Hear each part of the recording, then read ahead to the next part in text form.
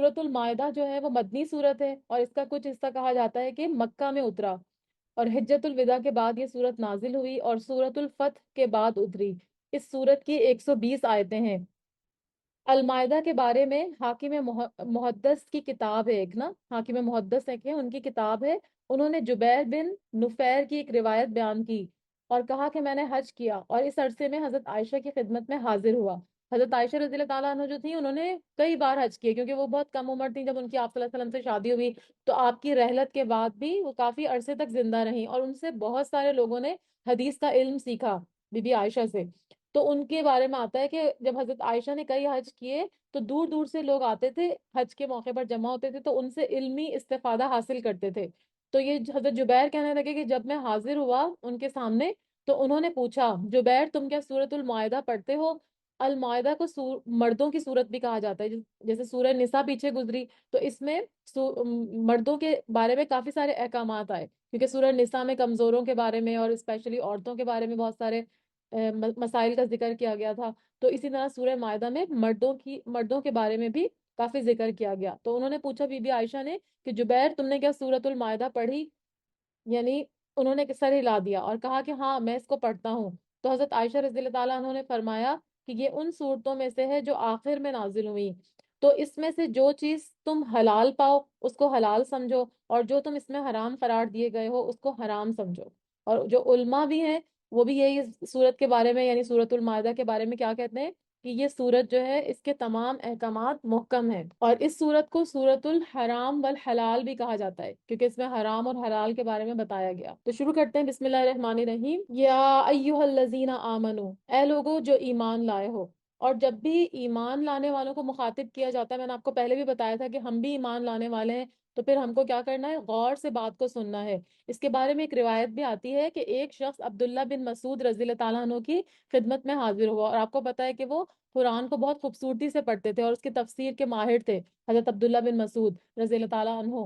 تو کہنے لگا کہ مجھے آپ کوئی نصیحت کیجئے۔ تو حضرت عبداللہ نے فرمایا، جو کہ قرآن کے ماہر تھے، کہ اللہ کا یہ فرمان ہے کہ جب بھی سنو، یعنی کہ تم کہا جا رہا ہے کہ یا ایھا الذین آمنو، تو پھر خوب غور سے سنو۔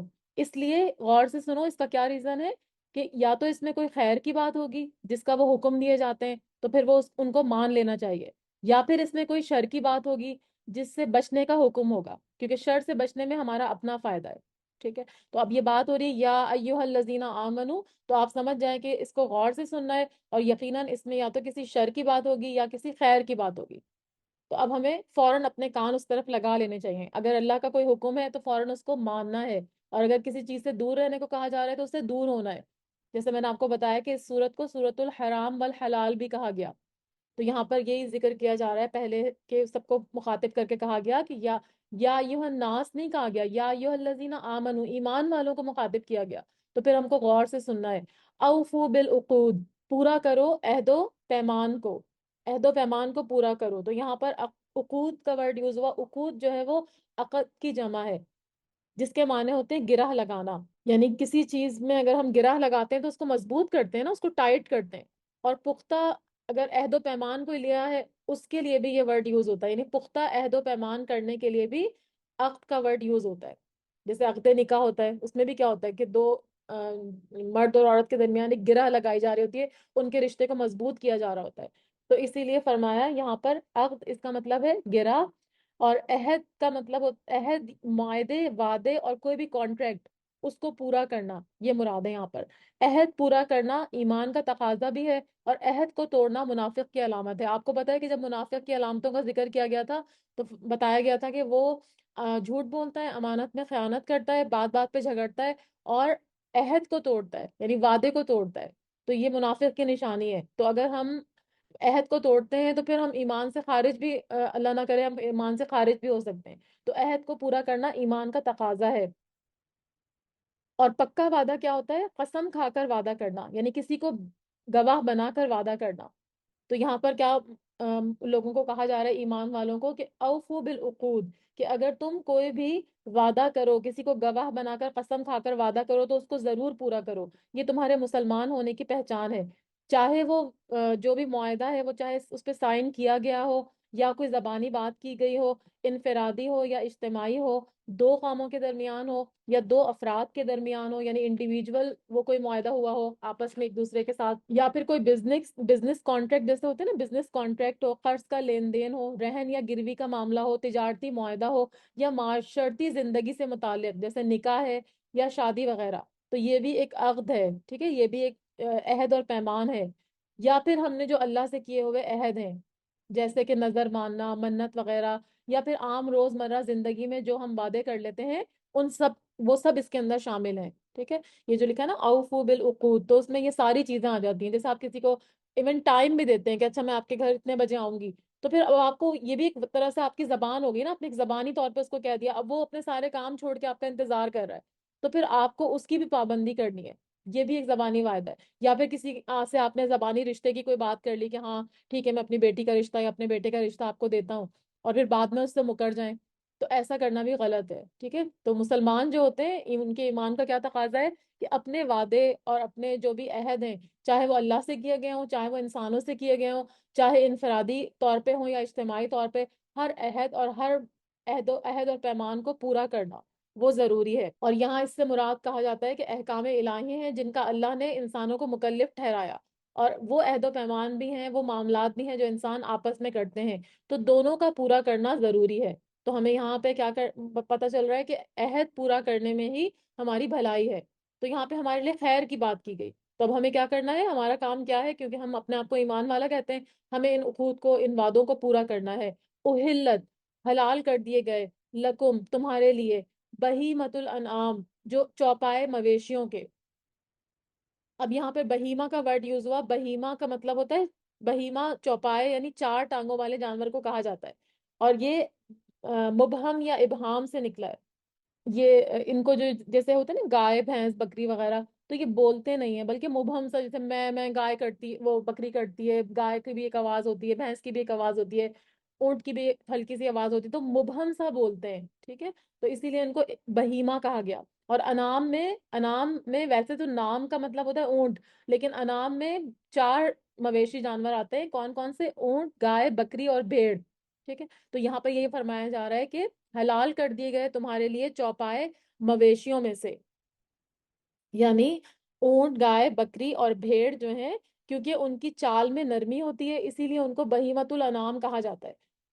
اور یہ نر اور مادہ مل کر ان کی 8 قسمیں ہیں، اس کی تفصیل جو ہے نا وہ ہم سورہ انعام میں پڑھیں گے آگے۔ تو یہاں پر ان کو حلال کر دیا گیا، یعنی کہا گیا کہ یہ جو چار جن کا ذکر کیا گیا چوپائے اور مویشی جانور ہیں، یہ تم پر حلال کر دیے گئے ہیں، الا ما یتلا علیکم، سوائے ان کے جو پڑھے جائیں گے تم پر، یعنی جن کے نام تم کو پڑھ کے سنا دیے جائیں گے، ان کے علاوہ یہ مویشی جانور تمہارے لیے حلال ہیں۔ اور جن کی، یہ جو لکھا ہوا ہے نا کہ بجز ان کے جن کے نام پڑھ کے سنا دیے جائیں گے، تو ان کی تفصیل آیت نمبر 3 میں آئے گی، اسی سورہ مائدہ کی آیت نمبر 3 میں آئے گی، پھر اس وقت میں آپ کو بتاؤں گی کون کون سے ہیں جو کہ حلال نہیں کیے گئے۔ لیکن بہیمۃ الانعام، یہ سارے مویشی چوپائے جانور ہمارے لیے حلال کیے گئے، غیر محلی، نہ حلال کرنے والے ہو، الصیدی، شکار کو، وانتم حرم، جبکہ تم حالت احرام میں ہو، یعنی اگر تم حالت احرام میں ہو یا پھر حدود حرم میں ہو تو پھر شکار کو حلال جاننے والے نہ بننا، ٹھیک ہے۔ یہ اللہ کا حکم ہے کہ احرام کی حالت میں شکار نہیں کر سکتے، ویسے تو حلال ہیں لیکن احرام، جب آپ احرام کی حالت میں ہوں گے تو پھر ان کو شکار نہیں کر سکتے۔ تو یہ اللہ تعالیٰ کی طرف سے ہے، اب ہمیں چاہے یہ اس کا میننگ سمجھ میں آئے نہیں آئے کہ ایسا کیوں اللہ نے کیا، تو اس کا ہمارے پاس کوئی حل نہیں ہے، کیونکہ جو بھی اللہ کا حکم آ جاتا ہے تو پھر ہم کو اس پہ اپنا جو ہے وہ سر تسلیم کم کرنا ہوتا ہے، جیسے ہم کہتے ہیں نا سمعنا و اطعنا، کہ ہم نے سنا اور ہم نے اس کو اطاعت کی۔ تو یہاں پر یہی فرمایا جا رہا ہے کہ اگر تم احرام کی حالت میں ہو یا حدود حرم میں ہو تو پھر کیا ہے کہ تم احرام کی حالت میں تو یا تو عمرہ کرنے جا رہے ہو یا حج کرنے جا رہے ہو، تو پھر جس کام کے لیے جا رہے ہو اسی پر فوکس کرو۔ جیسے احرام کی حالت میں اور بھی بہت ساری پابندیاں ہوتی ہیں نا، درخت کو کاٹنا، پتے پھول بلا وجہ توڑنا، کسی بھی جانور کو یا کسی بھی چیز کو نقصان دینا، یہ سب منع ہوتا ہے۔ تو جو بھی حلال اور حرام کے قاعدے ہم کو بتا دیے گئے کتاب میں، قرآن میں، ان کو ہمیں مان لینا چاہیے، چاہے ان کی حکمت ہم کو سمجھ میں آئے یا نہ آئے، کیونکہ ہماری عقل تو ناقص ہے نا، ہماری عقل پوری کمپلیٹ تو نہیں ہے، اصل علم تو اللہ ہی کے پاس ہے، تو اللہ جو فیصلہ کرتا ہے ہمیں اس پہ مطلب ہمیں اس پہ سر تسلیم کم کرنا چاہیے۔ تو یہاں پہ یہی فرمایا جا رہا ہے کہ دوبارہ سے میں پڑھتی ہوں کہ اے لوگوں جو ایمان لائے ہو، عہد اور پیمان کو پورا کرو، حلال کر دیے گئے ہیں تمہارے لیے چوپائے مویشیوں کے، سوائے ان کے جو پڑھے جائیں گے تم پر، یعنی جو اگلی آیت میں بتاؤں گی آپ کو بھی پڑھے جائیں گے، غیر محلی، اور نہیں تم حلال کرنے والے ہو، الصیدی، شکار کو، وانتم حرم، یعنی جبکہ تم احرام کی حالت میں ہو۔ احرام کی حالت میں خشکی کا شکار کرنا منع ہے، لیکن سمندر کا شکار جو ہے اس کا بھی آگے ذکر آئے گا، وہ کر سکتے ہیں۔ ان اللہ یحکم ما یرید، بے شک اللہ وہ فیصلہ کرتا ہے جو وہ چاہتا ہے، کیونکہ وہ ہمارا خالق ہے، ہمارا مالک ہے، ہمارا مدبر ہے، تو پھر حکم بھی صرف اسی کا چلے گا۔ یہ جو لکھا ہے نا ان اللہ یحکم، کہ بے شک اللہ وہ فیصلہ کرتا ہے یا حکم دیتا ہے، تو حکم بھی صرف اور صرف اللہ ہی کا چلے گا، کیونکہ اللہ ہی نے ہم کو پیدا کیا۔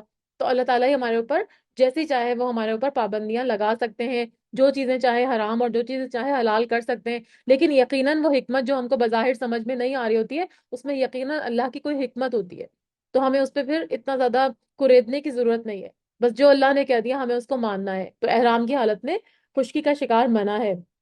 اب دوبارہ سے ان کو ایمان والوں کو مخاطب کر کے فرمایا جا رہا ہے، یا ایھا الذین آمنو، اے لوگوں جو ایمان لائے ہو، لا تحلوا، نہ تم حلال کرو، شعائر اللہ، اللہ کی نشانیوں کو، یعنی حلال کرو کا مطلب یہ بھی ہے، اس کا میننگ یہ بھی بتاتے ہیں مفسرین کہ ان کی بے حرمتی نہ کرو، یعنی اللہ کے جو شاعر ہیں، اللہ کی جو نشانیاں ہیں، اور شاعر جو ہے وہ شعیرہ کی جمع ہے، اس سے مراد جو بھی اللہ تعالیٰ کی حرمات ہیں، جن کی تعظیم اور حرمت اللہ نے مقرر کر دی ہے، تو ان کو پھر ان کی بے حرمتی نہ کرو۔ اور شاعر میں مقامات حج، اعمال حج اور دیگر وہ چیزیں جو دین کی خصوصی علامت ہیں، جیسے کہ داڑھی ہو گئی، حجاب ہو گیا، تو یہ ساری چیزیں کیا ہیں؟ یہ اللہ کی شاعر ہیں، اللہ کی نشانیاں ہیں۔ کسی داڑھی والے کو دیکھ کر آپ کو فوراً خیال آتا ہے نا کہ یہ مسلم ہے، یا حجاب والی کسی عورت کو دیکھ کے فوراً خیال آتا ہے کہ یہ تو مسلمان ہے، مسلمان عورت ہے جس نے حجاب لیا ہوا ہے،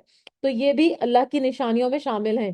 تو مقامات حج جیسے میں نے بتایا، اس میں خانہ کعبہ ہے، صفا اور مروہ ہے، مینا ہے، مزدلفہ ہے، عرفہ کا مقام ہے، یہ سارے مقامات حج ہیں۔ اور اعمال حج کیا ہے؟ اس میں جیسے طواف ہے، سعی ہے، احرام کو پہننا ہے، تو ہم کیوں احرام پہنے، یا ہم احرام نہیں پہن رہے، یا ہم احرام جو ہے وہ اس طرح پہنیں گے ہمارا جیسا دل چاہے گا، ایسا نہیں ہو سکتا۔ جیسے اللہ نے جو نشانیاں اپنی مقرر کر دی، جو احکامات بتا دیے، ان کو ایز اٹ از فالو کرنا ہے، تبھی پھر ہم اپنے عبادات میں پرفیکٹ ہو سکتے ہیں۔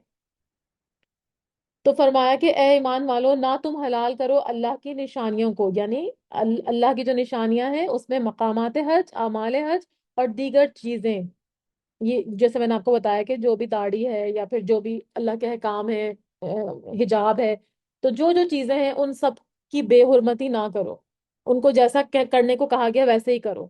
اور بعض کہتے ہیں کہ یہاں حج اور عمرے کے مناسک مراد ہیں، یعنی ان کی بے حرمتی اور بے توقیری نہ کرو۔ اسی طرح حج اور عمرے کی ادائیگی میں کسی کے درمیان رکاوٹ بھی نہ بنو، تو یہ بھی جو ہے وہ بے حرمتی میں شمار ہوگا۔ اور کیا حکم دیا جا رہا ہے؟ ولش شہر الحرام، اور نہ ماہ حرام کو، یعنی ادب والے یا حرام جو مہینے ہیں وہ کون کون سے ہیں؟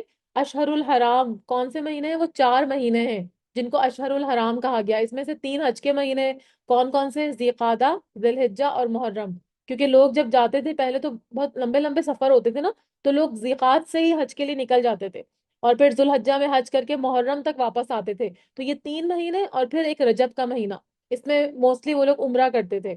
اور حج کے مہینے کون سے تھے؟ ذی قعدہ، ذی الحجہ اور محرم، اور پھر رجب۔ تو یہ 4 مہینے جو ہیں وہ اشہر الحرام کہلاتے ہیں، یعنی حرمت والے مہینے کہلاتے ہیں۔ تو فرمایا کہ یہاں پر لکھا ہوا ہے کہ ولش شہر الحرام، اور نہ ہی ادب، یعنی نہ ہی بے حرمتی کرو کس کی؟ ان حرمت والے 4 مہینوں کی، کیونکہ جو قافلے ان مہینوں میں حج کے لیے جاتے تھے نا، تو ان کا بھی ادب کرنا مراد ہوتا تھا، یعنی ان کا بھی ادب کرنا تھا، ان کے ساتھ کوئی لوٹ مار نہیں کرنی، ان کے قافلوں کو نہیں لوٹنا، ان کو تکلیف نہیں پہنچانا۔ تو وہ لوگ جو جب نکلتے تھے حج کے لیے، تو وہ کیا کرتے تھے؟ اپنے جانوروں کو بھی ساتھ لے جاتے تھے قربانی کے لیے، اور ان کے گلوں میں وہ پٹے ڈال دیتے تھے، جس سے وہ نشانی ہوتی تھی کہ یہ حج کے جانور ہیں، تو ان کے جانوروں کو بھی نقصان نہ پہنچاؤ۔ تو یہاں پر ابھی اگلی والی بات جو ہو رہی ہے وہ یہی ہو رہی ہے۔ پہلے فرمایا کہ لا تحلوا شعائر اللہ، نہ تم بے حرمتی کرو یا حلال کرو اللہ کی نشانیوں کو۔ دوسرا حکم کیا دیا جا رہا ہے ایمان والوں کو؟ کہ نہ تم ماہ حرام کی بے حرمتی کرو، اور تیسرا کیا حکم دیا جا رہا ہے؟ ولل ہدیہ، اور نہ ہی قربانی کے جانوروں کو. ہدی یا ہدی جو ہے وہ ہدیہ سے نکلا ہے، اور ہدیہ کا مطلب ہوتا ہے تحفہ. تو وہ جانور جو حرم کی طرف قربانی کے لیے بھیجا جاتا تھا، یا تو حاجی اس کو خود لے کر جاتے تھے، یا جیسے اب آج کل ہم کیا کرتے ہیں، وہاں جا کے پیسے دے کر وہاں پر وہ اس کو وہ لوگ خود خود سے جو ہے وہ اس کو ذبح کر دیتے ہیں. تو وہ بھی مراد ہے. لیکن پہلے زمانے میں لوگ ساتھ اپنے لے کر جاتے تھے. تو ان کو بھیجنے میں رکاوٹ نہ ڈالو، یعنی راستے میں ان پہ لوٹ مار نہ کرو، چوری یا ڈاکے کے ذریعے وہ چھینو نہ ان سے. ٹھیک ہے، تو یہاں پہ فرمایا کہ ولل ہدیہ، اور نہ ہی قربانی کے جانور، ولل قلائدہ، اور نہ پٹے والے جانوروں کو، پٹے پہنائے گئے جانور، ولا آمینا، اور نہ ارادہ کرنے والوں کو، البیت الحرامہ، بیت الحرام کا، یعنی نہ حرم میں قربان ہونے اور پٹے پہنائے ہوئے جانوروں کو جو کہ کعبے کی طرف جا رہے ہوں. یعنی جیسے میں نے آپ کو بتایا کہ ہدی جو ہے وہ ایسے جانور کو کہتے تھے جو حاجی حرم میں قربانی کے لیے ساتھ لے جاتے تھے. اور قلائد، قلادہ کی جمع ہے، گلے کے پٹے کو کہا جاتا ہے. یہاں حج اور عمرہ کے موقع پر قربان کیے جانے والے ان جانوروں کو مراد لیا گیا ہے جن کے گلوں میں علامت کے طور پر اور نشانی کے طور پر پٹے ڈال دیے جاتے تھے. تو اس سے مراد وہی جانور ہوتے تھے جو کہ حرم کی طرف جاتے تھے. تو مطلب کیا ہے کہ ان جانوروں کو کسی سے چھینا بھی نہ جائے، اور ان کو حرم تک پہنچنے میں کوئی رکاوٹ نہ کھڑی کی جائے. یبتغون فضلا من ربہم، جو چاہتے ہیں فضل اپنے رب کی طرف سے، ورضوانہ، اور رضامندی. یعنی نہ ان لوگوں کو تکلیف دو جو بیت اللہ کے قصد سے اپنے رب کے فضل اور اس کی رضا جوئی کی نیت سے جا رہے ہوں. یعنی حج اور عمرے کی نیت سے یا تجارت اور کاروبار کی غرض سے حرم جانے والوں کو مت روکو، نہ ان کو تنگ کرو. کیونکہ بعض مفسرین یہ بھی کہتے ہیں کہ یہ احکامات اس وقت تھے جب مسلمان اور مشرک اکٹھے حج اور عمرہ کرتے تھے. لیکن بعد میں تو مشرکین کا وہاں پہ داخلہ بھی منع کر دیا گیا تھا نا. لیکن پھر بھی راستے میں اگر وہ جا رہے ہیں اور ان کو روکا جا رہا ہے، ان کو تنگ کیا جا رہا ہے یا لوٹ مار کی جا رہی ہے، تو اس سب چیزوں سے یہاں پر عنایات میں روکا جا رہا ہے. اور کہا جا رہا ہے کہ وہ لوگ اللہ کی رضامندی اور اللہ کا فضل تلاش کرنے کے لیے وہاں جا رہے ہیں، تو ان کو روکنے کی یا ان کی راہ میں رکاوٹ ڈالنے کی یا جانور ان سے چھیننے کی ضرورت نہیں ہے. وَإِذَا حَلَلْتُمْ فَاصْطَادُوا، اور جب حلال ہو جاؤ تم تو شکار کر لو اگر تم چاہو. جیسے پیچھے منع کیا گیا تھا نا کہ یا ایھا الذین آمنوا لا تحلوا شعائر اللہ ولا الشہر الحرام حرام. نہیں، اس سے پہلے والی آیت جو تھی، آیت نمبر 1، اس میں کیا فرمایا گیا تھا؟ غیر محل الصیدی وانتم حرم، اور نہیں حلال تمہارے لیے شکار جبکہ تم احرام کی حالت میں ہو. لیکن اب کیا بتایا جا رہا ہے اس آیت میں؟ وَإِذَا حَلَلْتُمْ فَاصْطَادُوا، جب تم حلال ہو جاؤ یعنی جب تمہارا احرام اتر جائے تو پھر تم شکار کر لو. پھر جو ہے وہ تمہارے اوپر کچھ بھی نہیں ہے. جب احرام اتار لو، اپنا حج یا عمرہ کمپلیٹ کر لو، تو پھر تم شکار مکمل کر سکتے ہو یا شکار کر سکتے ہو. یعنی پھر تمہارے لیے وہ ایسا کرنا جائز ہوگا. ولا یجرمنکم، اور نہ آمادہ کرے تمہیں، شنآن، دشمنی، قوم، کسی بھی قوم کی، ان صدوکم، کہ انہوں نے روکا تمہیں، ان المسجد الحرامی، مسجد حرام سے، ان تعتدو، کہ تم زیادتی کرو. یعنی اب ایک اور حکم دیا جا رہا ہے کہ جن لوگوں نے تمہیں مسجد حرام سے روکا تھا ان کی دشمنی تمہیں اس بات پر آمادہ نہ کرے کہ تم حد سے گزر جاؤ. یعنی گو کہ تمہیں مشرکین نے 6 ہجری میں مسجد حرام میں جانے سے روک دیا تھا. آپ کو یاد ہے نا وہ جو صلح حدیبیہ ہوئی تھی، تو وہاں پر کیا ہوا تھا؟ وہ سارے کے سارے 1400 مسلمان آپ صلی اللہ علیہ وسلم نے خواب دیکھا تھا. تو وہاں پر وہ سب حج کے لیے عمرہ کے لیے نکلے تھے، لیکن کیا ان کو مشرکین نے اندر داخل ہونے سے منع کر دیا تھا. تو یہاں پر ان کو اس بات سے یہی بات یہاں پہ بتائی جا رہی ہے کہ اگر تمہیں مشرکین نے 6 ہجری میں مسجد حرام میں جانے سے روک دیا تھا، لیکن تم ان کے اس رکنے کی وجہ سے ان کے ساتھ زیادتی والا رویہ مت اختیار کرو. یعنی دشمن کے ساتھ بھی کتنا اچھا ہمارا دین ہے، کتنا اچھا ہمارا مذہب ہے کہ دشمن کے ساتھ بھی حلم کا اور اس کو معاف کرنے کا، درگزر کرنے کا سبق دیا جا رہا ہے. تو یہاں پر یہ لکھا ہوا ہے کہ نہ آمادہ کرے تمہیں دشمنی کسی قوم کی، یعنی مشرکین کی، کہ انہوں نے تم کو روکا تھا مسجد حرام سے تو اب تم بھی ان سے بدلا لو. یہ تو تمہیں زیادتی نہیں کرنے کا حکم ہے. ٹھیک ہے، اور احرام کی حالت میں تو ویسے بھی کہ کوئی قتل و غارت کرنا، کوئی لڑائی جھگڑا کرنا، گالی فساد کرنا، سب کچھ منع ہوتا ہے احرام کی حالت میں. تو یہی فرمایا جا رہا ہے وَتَعَاوَنُوا عَلَى الْبِرِّ وَالتَّقْوَى، اور تعاون کرو نیکی پر اور تقوی پر. یعنی نیکی اور پرہیزگاری میں ایک دوسرے کی مدد کرتے رہو. نیکی اور تقوی کے جتنے بھی کام ہیں، بر کا مطلب ہوتا ہے نیکی کے کام، اور تقوی مطلب جو اللہ سے ڈرنے والے کام ہوتے ہیں. تو ایک دوسرے کی مدد کرو. یعنی ہوتا ہے نا کہ کبھی کسی کو غصہ آ رہا ہوتا ہے کسی بات پر کہ انہوں نے بھی ہمارے ساتھ ایسا کیا تھا، اب ہم بھی کریں گے، مشرکین نے ہمیں جانے نہیں دیا تھا تو ہم بھی اب ان کا بدلہ لیں گے، اب تو ہم یہاں پر آ گئے. تو اگر کوئی اس طرح کا کام کر رہا ہے تو پھر کیا کرنا ہے، اس کو روکنا ہے. اگر آپ کسی کو، جیسے آپ حج کرنے جاتے ہیں، عمرہ کرنے جاتے ہیں، وہاں آپ دیکھتے ہیں کوئی دو لوگ آپس میں لڑ رہے ہیں یا کسی بات پہ گرم ہو رہے ہیں، غصہ کر رہے ہیں، تو پھر کیا کرنا ہے، نیکی اور جو اس کے تقوی کے کام ہے اللہ سے ڈرنے کی، تو اس پہ ایک دوسرے کی مدد کرنی. کیونکہ ہم نے سورہ عصر میں بھی یہی پڑھا تھا نا کہ والعصر ان الانسان لفی خسر الا الذین آمنوا وعملوا الصالحات وتواصوا بالحق وتواصوا بالصبر. یا وتواصوا کا مطلب ہوتا ہے ایک دوسرے کو صبر کی تلقین کرنے والے اور ایک دوسرے کو حق کی تلقین کرنے والے. تو اگر آپ خود اچھے بن جائیں گے، اور اگر کسی کو آپ کا کوئی بھائی ہے جو کہ ابھی نماز نہیں پڑھ رہا یا کسی اور غلط کام میں ملوث ہے، تو پھر ہمیں اس کے ساتھ تعاون کرنے کی ضرورت ہے. اس کو حق کی نصیحت کرنا، اس کو صبر کی تاکید کرنا، یہ چیزیں ہمیں سورہ سر میں سکھائی گئی تھی. تو یہاں پر بھی یہی بتایا جا رہا ہے کہ تعاون کرو نیکی کے کاموں پر اور تقوی کے کاموں پر. ولا تعاونوا، اور نہ تم تعاون کرو علی الاسمی، گناہ پر، والعدوان، اور زیادتی پر. یعنی زیادتی اور گناہ کے کاموں پر ایک دوسرے کی مدد نہ کرو، بلکہ نیکی اور پرہیزگاری کے کام میں ایک دوسرے کی مدد کرو. تو یہاں اس آیت میں ایک نہایت ہی اہم اصول بتا دیا گیا جو ایک مسلمان کے لیے قدم قدم پر رہنمائی میسر کر سکتا ہے.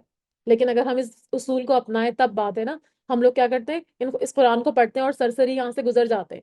تلاوت تو ہم بہت کر لیتے ہیں لیکن نہ اس کا ہم کو میننگ پتا ہوتا ہے، نہ ہم کو اس کی ڈیپ نالج ہوتی ہے، اور پھر ہم کیا کرتے ہیں، اس کو اپلائی بھی نہیں کرتے. ہم کہتے ہیں ہم تو قرآن پڑھنے والے، لیکن قرآن پڑھنے والے تو صرف تلاوت آپ کو سمجھ میں آ رہی ہے نا، جب تک کہ آپ کو اس کا میننگ سمجھ میں نہیں آئے گا اس کو اپلائی کیسے کریں گے. تو یہاں پہ فرمایا کہ تعاون کرو نیکی کے کاموں پر اور تقوی کے کاموں پر.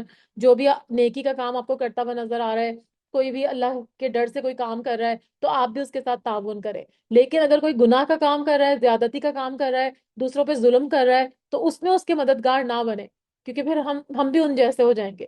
پہلے پیچھے بھی ہم نے پڑھا تھا نا کہ جہاں بھی اللہ کی آیات کا مذاق اڑایا جا رہا ہے تو ایسے لوگوں کے ساتھ نہ بیٹھو، بلکہ وہاں سے اٹھ کے چلے جاؤ، ورنہ پھر تم بھی ان جیسے ہو جاؤ گے. تو یہاں بھی یہی بات ہے کہ اگر ہم گناہ کے کام پر اور زیادتی کے کام پر لوگوں کی مدد کریں گے تو پھر کیا ہوگا کہ ہم بھی انہی میں شمار ہو جائیں گے.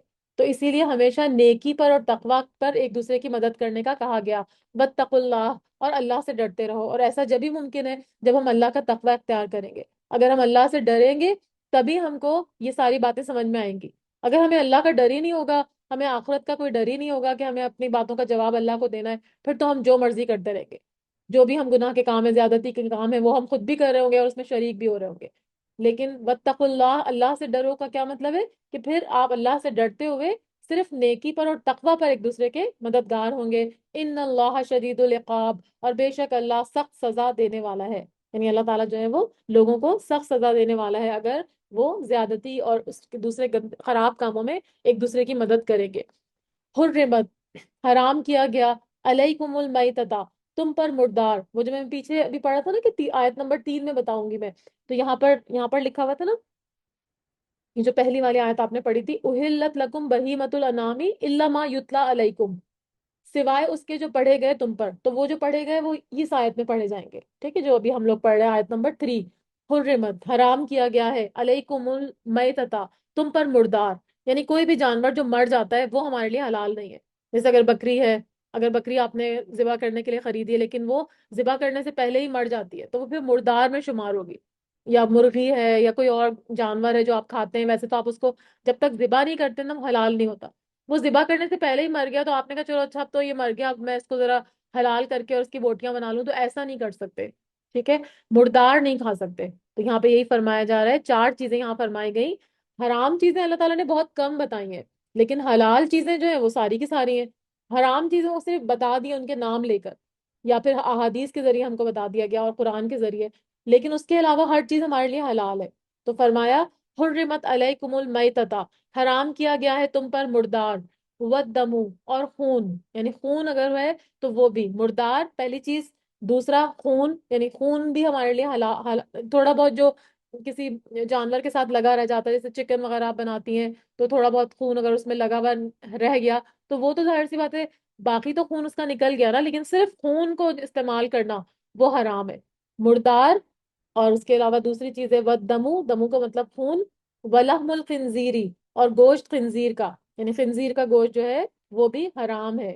وہ بالکل بھی نہیں کھا سکتے۔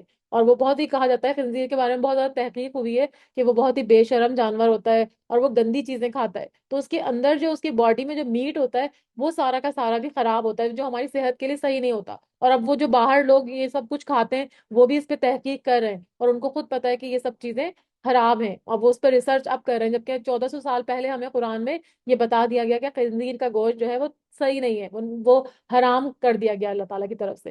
تو تین چیزیں ابھی بتا دی آپ کو، پہلی تھی مردار، دوسرا تھا خون، اور تیسرا ہے خنزیر کا گوشت، اور چوتھی کیا چیز ہے؟ وما اہل لغیر اللہ، اور جو پکارا گیا واسطے غیر اللہ کے، یعنی غیر اللہ کے نام پر کسی بھی جانور کو اگر قربان کیا گیا ہے تو وہ بھی حرام کے درجے پہ آ جائے گا، اس کو آپ کھا نہیں سکتے۔ ٹھیک ہے، تو یہ چار چیزیں یہاں بتا دی گئی۔ اس کے علاوہ میں آپ کو بھی تھوڑا جلدی سے بتا دیتی ہوں، آیت کمپلیٹ، بہت بڑی آیت ہے یہ، لیکن میں آپ کو اس کا ترجمہ بتا دیتی ہوں، کل پھر میں آپ کو اس میں ڈیٹیل میں بتاؤں گی۔ تو یہ چار چیزیں حرام کی گئی، پہلی ہے مردار، دوسرا ہے خون، پھر تیسرا ہے خنزیر کا گوشت، اور چوتھی کیا چیز ہے؟ جو غیر اللہ کے واسطے پکارا گیا ہو۔ اور اس کے علاوہ والمنخنقۃ، اور گلا گھٹ کر مرنے والی، یعنی جیسے کوئی رسی کسی کی بہت زیادہ ٹائٹ ہو گئی کسی جانور کی، تو پھر اس کا یا پھر خود ہی کسی رسی کے میں پھنس کر وہ اس کا گلا گھٹ جائے، تو اس صورت میں اور وہ مر جائے تو وہ مردار جانور ہو جائے گا، پھر وہ حرام ہو جائے گا۔ والموقوذۃ، اور چوٹ لگ کر مر جانے والی، یعنی اگر وہ اونچی جگہ سے کہیں سے گر گئی ہے اور وہ اس کو کوئی چوٹ لگ گئی ہے پتھر سے، لاٹھی سے، اور وہ ذبح کیے بغیر مر گئی، تو زمانے جاہلیت میں ایسے جانوروں کو کھا لیتے تھے وہ لوگ نا، لیکن شریعت نے اس سے منع کیا گیا ہے کہ گلا گھٹ کر مرنے والے، چوٹ لگ کر مرنے والے، والمتردیۃ، اور بلندی سے گر کر مرنے والی، جیسے کوئی بکری ہے، کوئی جانور ہے، گائے ہے، وہ اوپر سے گر گئی اور وہ فوت ہو گئی ذبح ہونے سے پہلے پہلے، تو پھر اس کو نہیں کھا سکتے، لیکن زمانے جاہلیت میں یہ ہوتا تھا۔ ون نتیحت، اور سینگ لگ کر مرنے والی، جیسے آپس میں وہ ہوتی ہے نا، جانور ایک دوسرے سے لڑ رہے ہوتے ہیں، تو پھر اگر سینگ لگنے سے وہ مر جائے، تو پھر اس کو کسی نے ٹکر مار دی اور وہ بغیر ذبح کیے مر گیا، تو پھر اس کو بھی نہیں کھا سکتے۔ وما اکل السبع، اور جو کھا جائے درندہ، الا ما زکیتم، مگر جس کو ذبح کر لیا تم نے، یعنی درندے نے کھایا لیکن اس سے پہلے ہی آپ نے اس کو ذبح کر لیا تو وہ پھر صحیح ہے، لیکن اگر ذبح نہیں کیا، پہلے وہ مر گیا، تو پھر وہ آپ کے لیے حلال نہیں ہے۔ اور جو ذبح کیا گیا آستانوں پر، اور یہ کہ تم قسمت معلوم کرو تیروں اور پانسوں کے ذریعے، یہ سب گناہ کے کام ہیں۔ آج کے دن مایوس ہو گئے وہ جنہوں نے کفر کیا تمہارے دین سے، تو نہ تم ڈرو ان سے اور ڈرو مجھ سے۔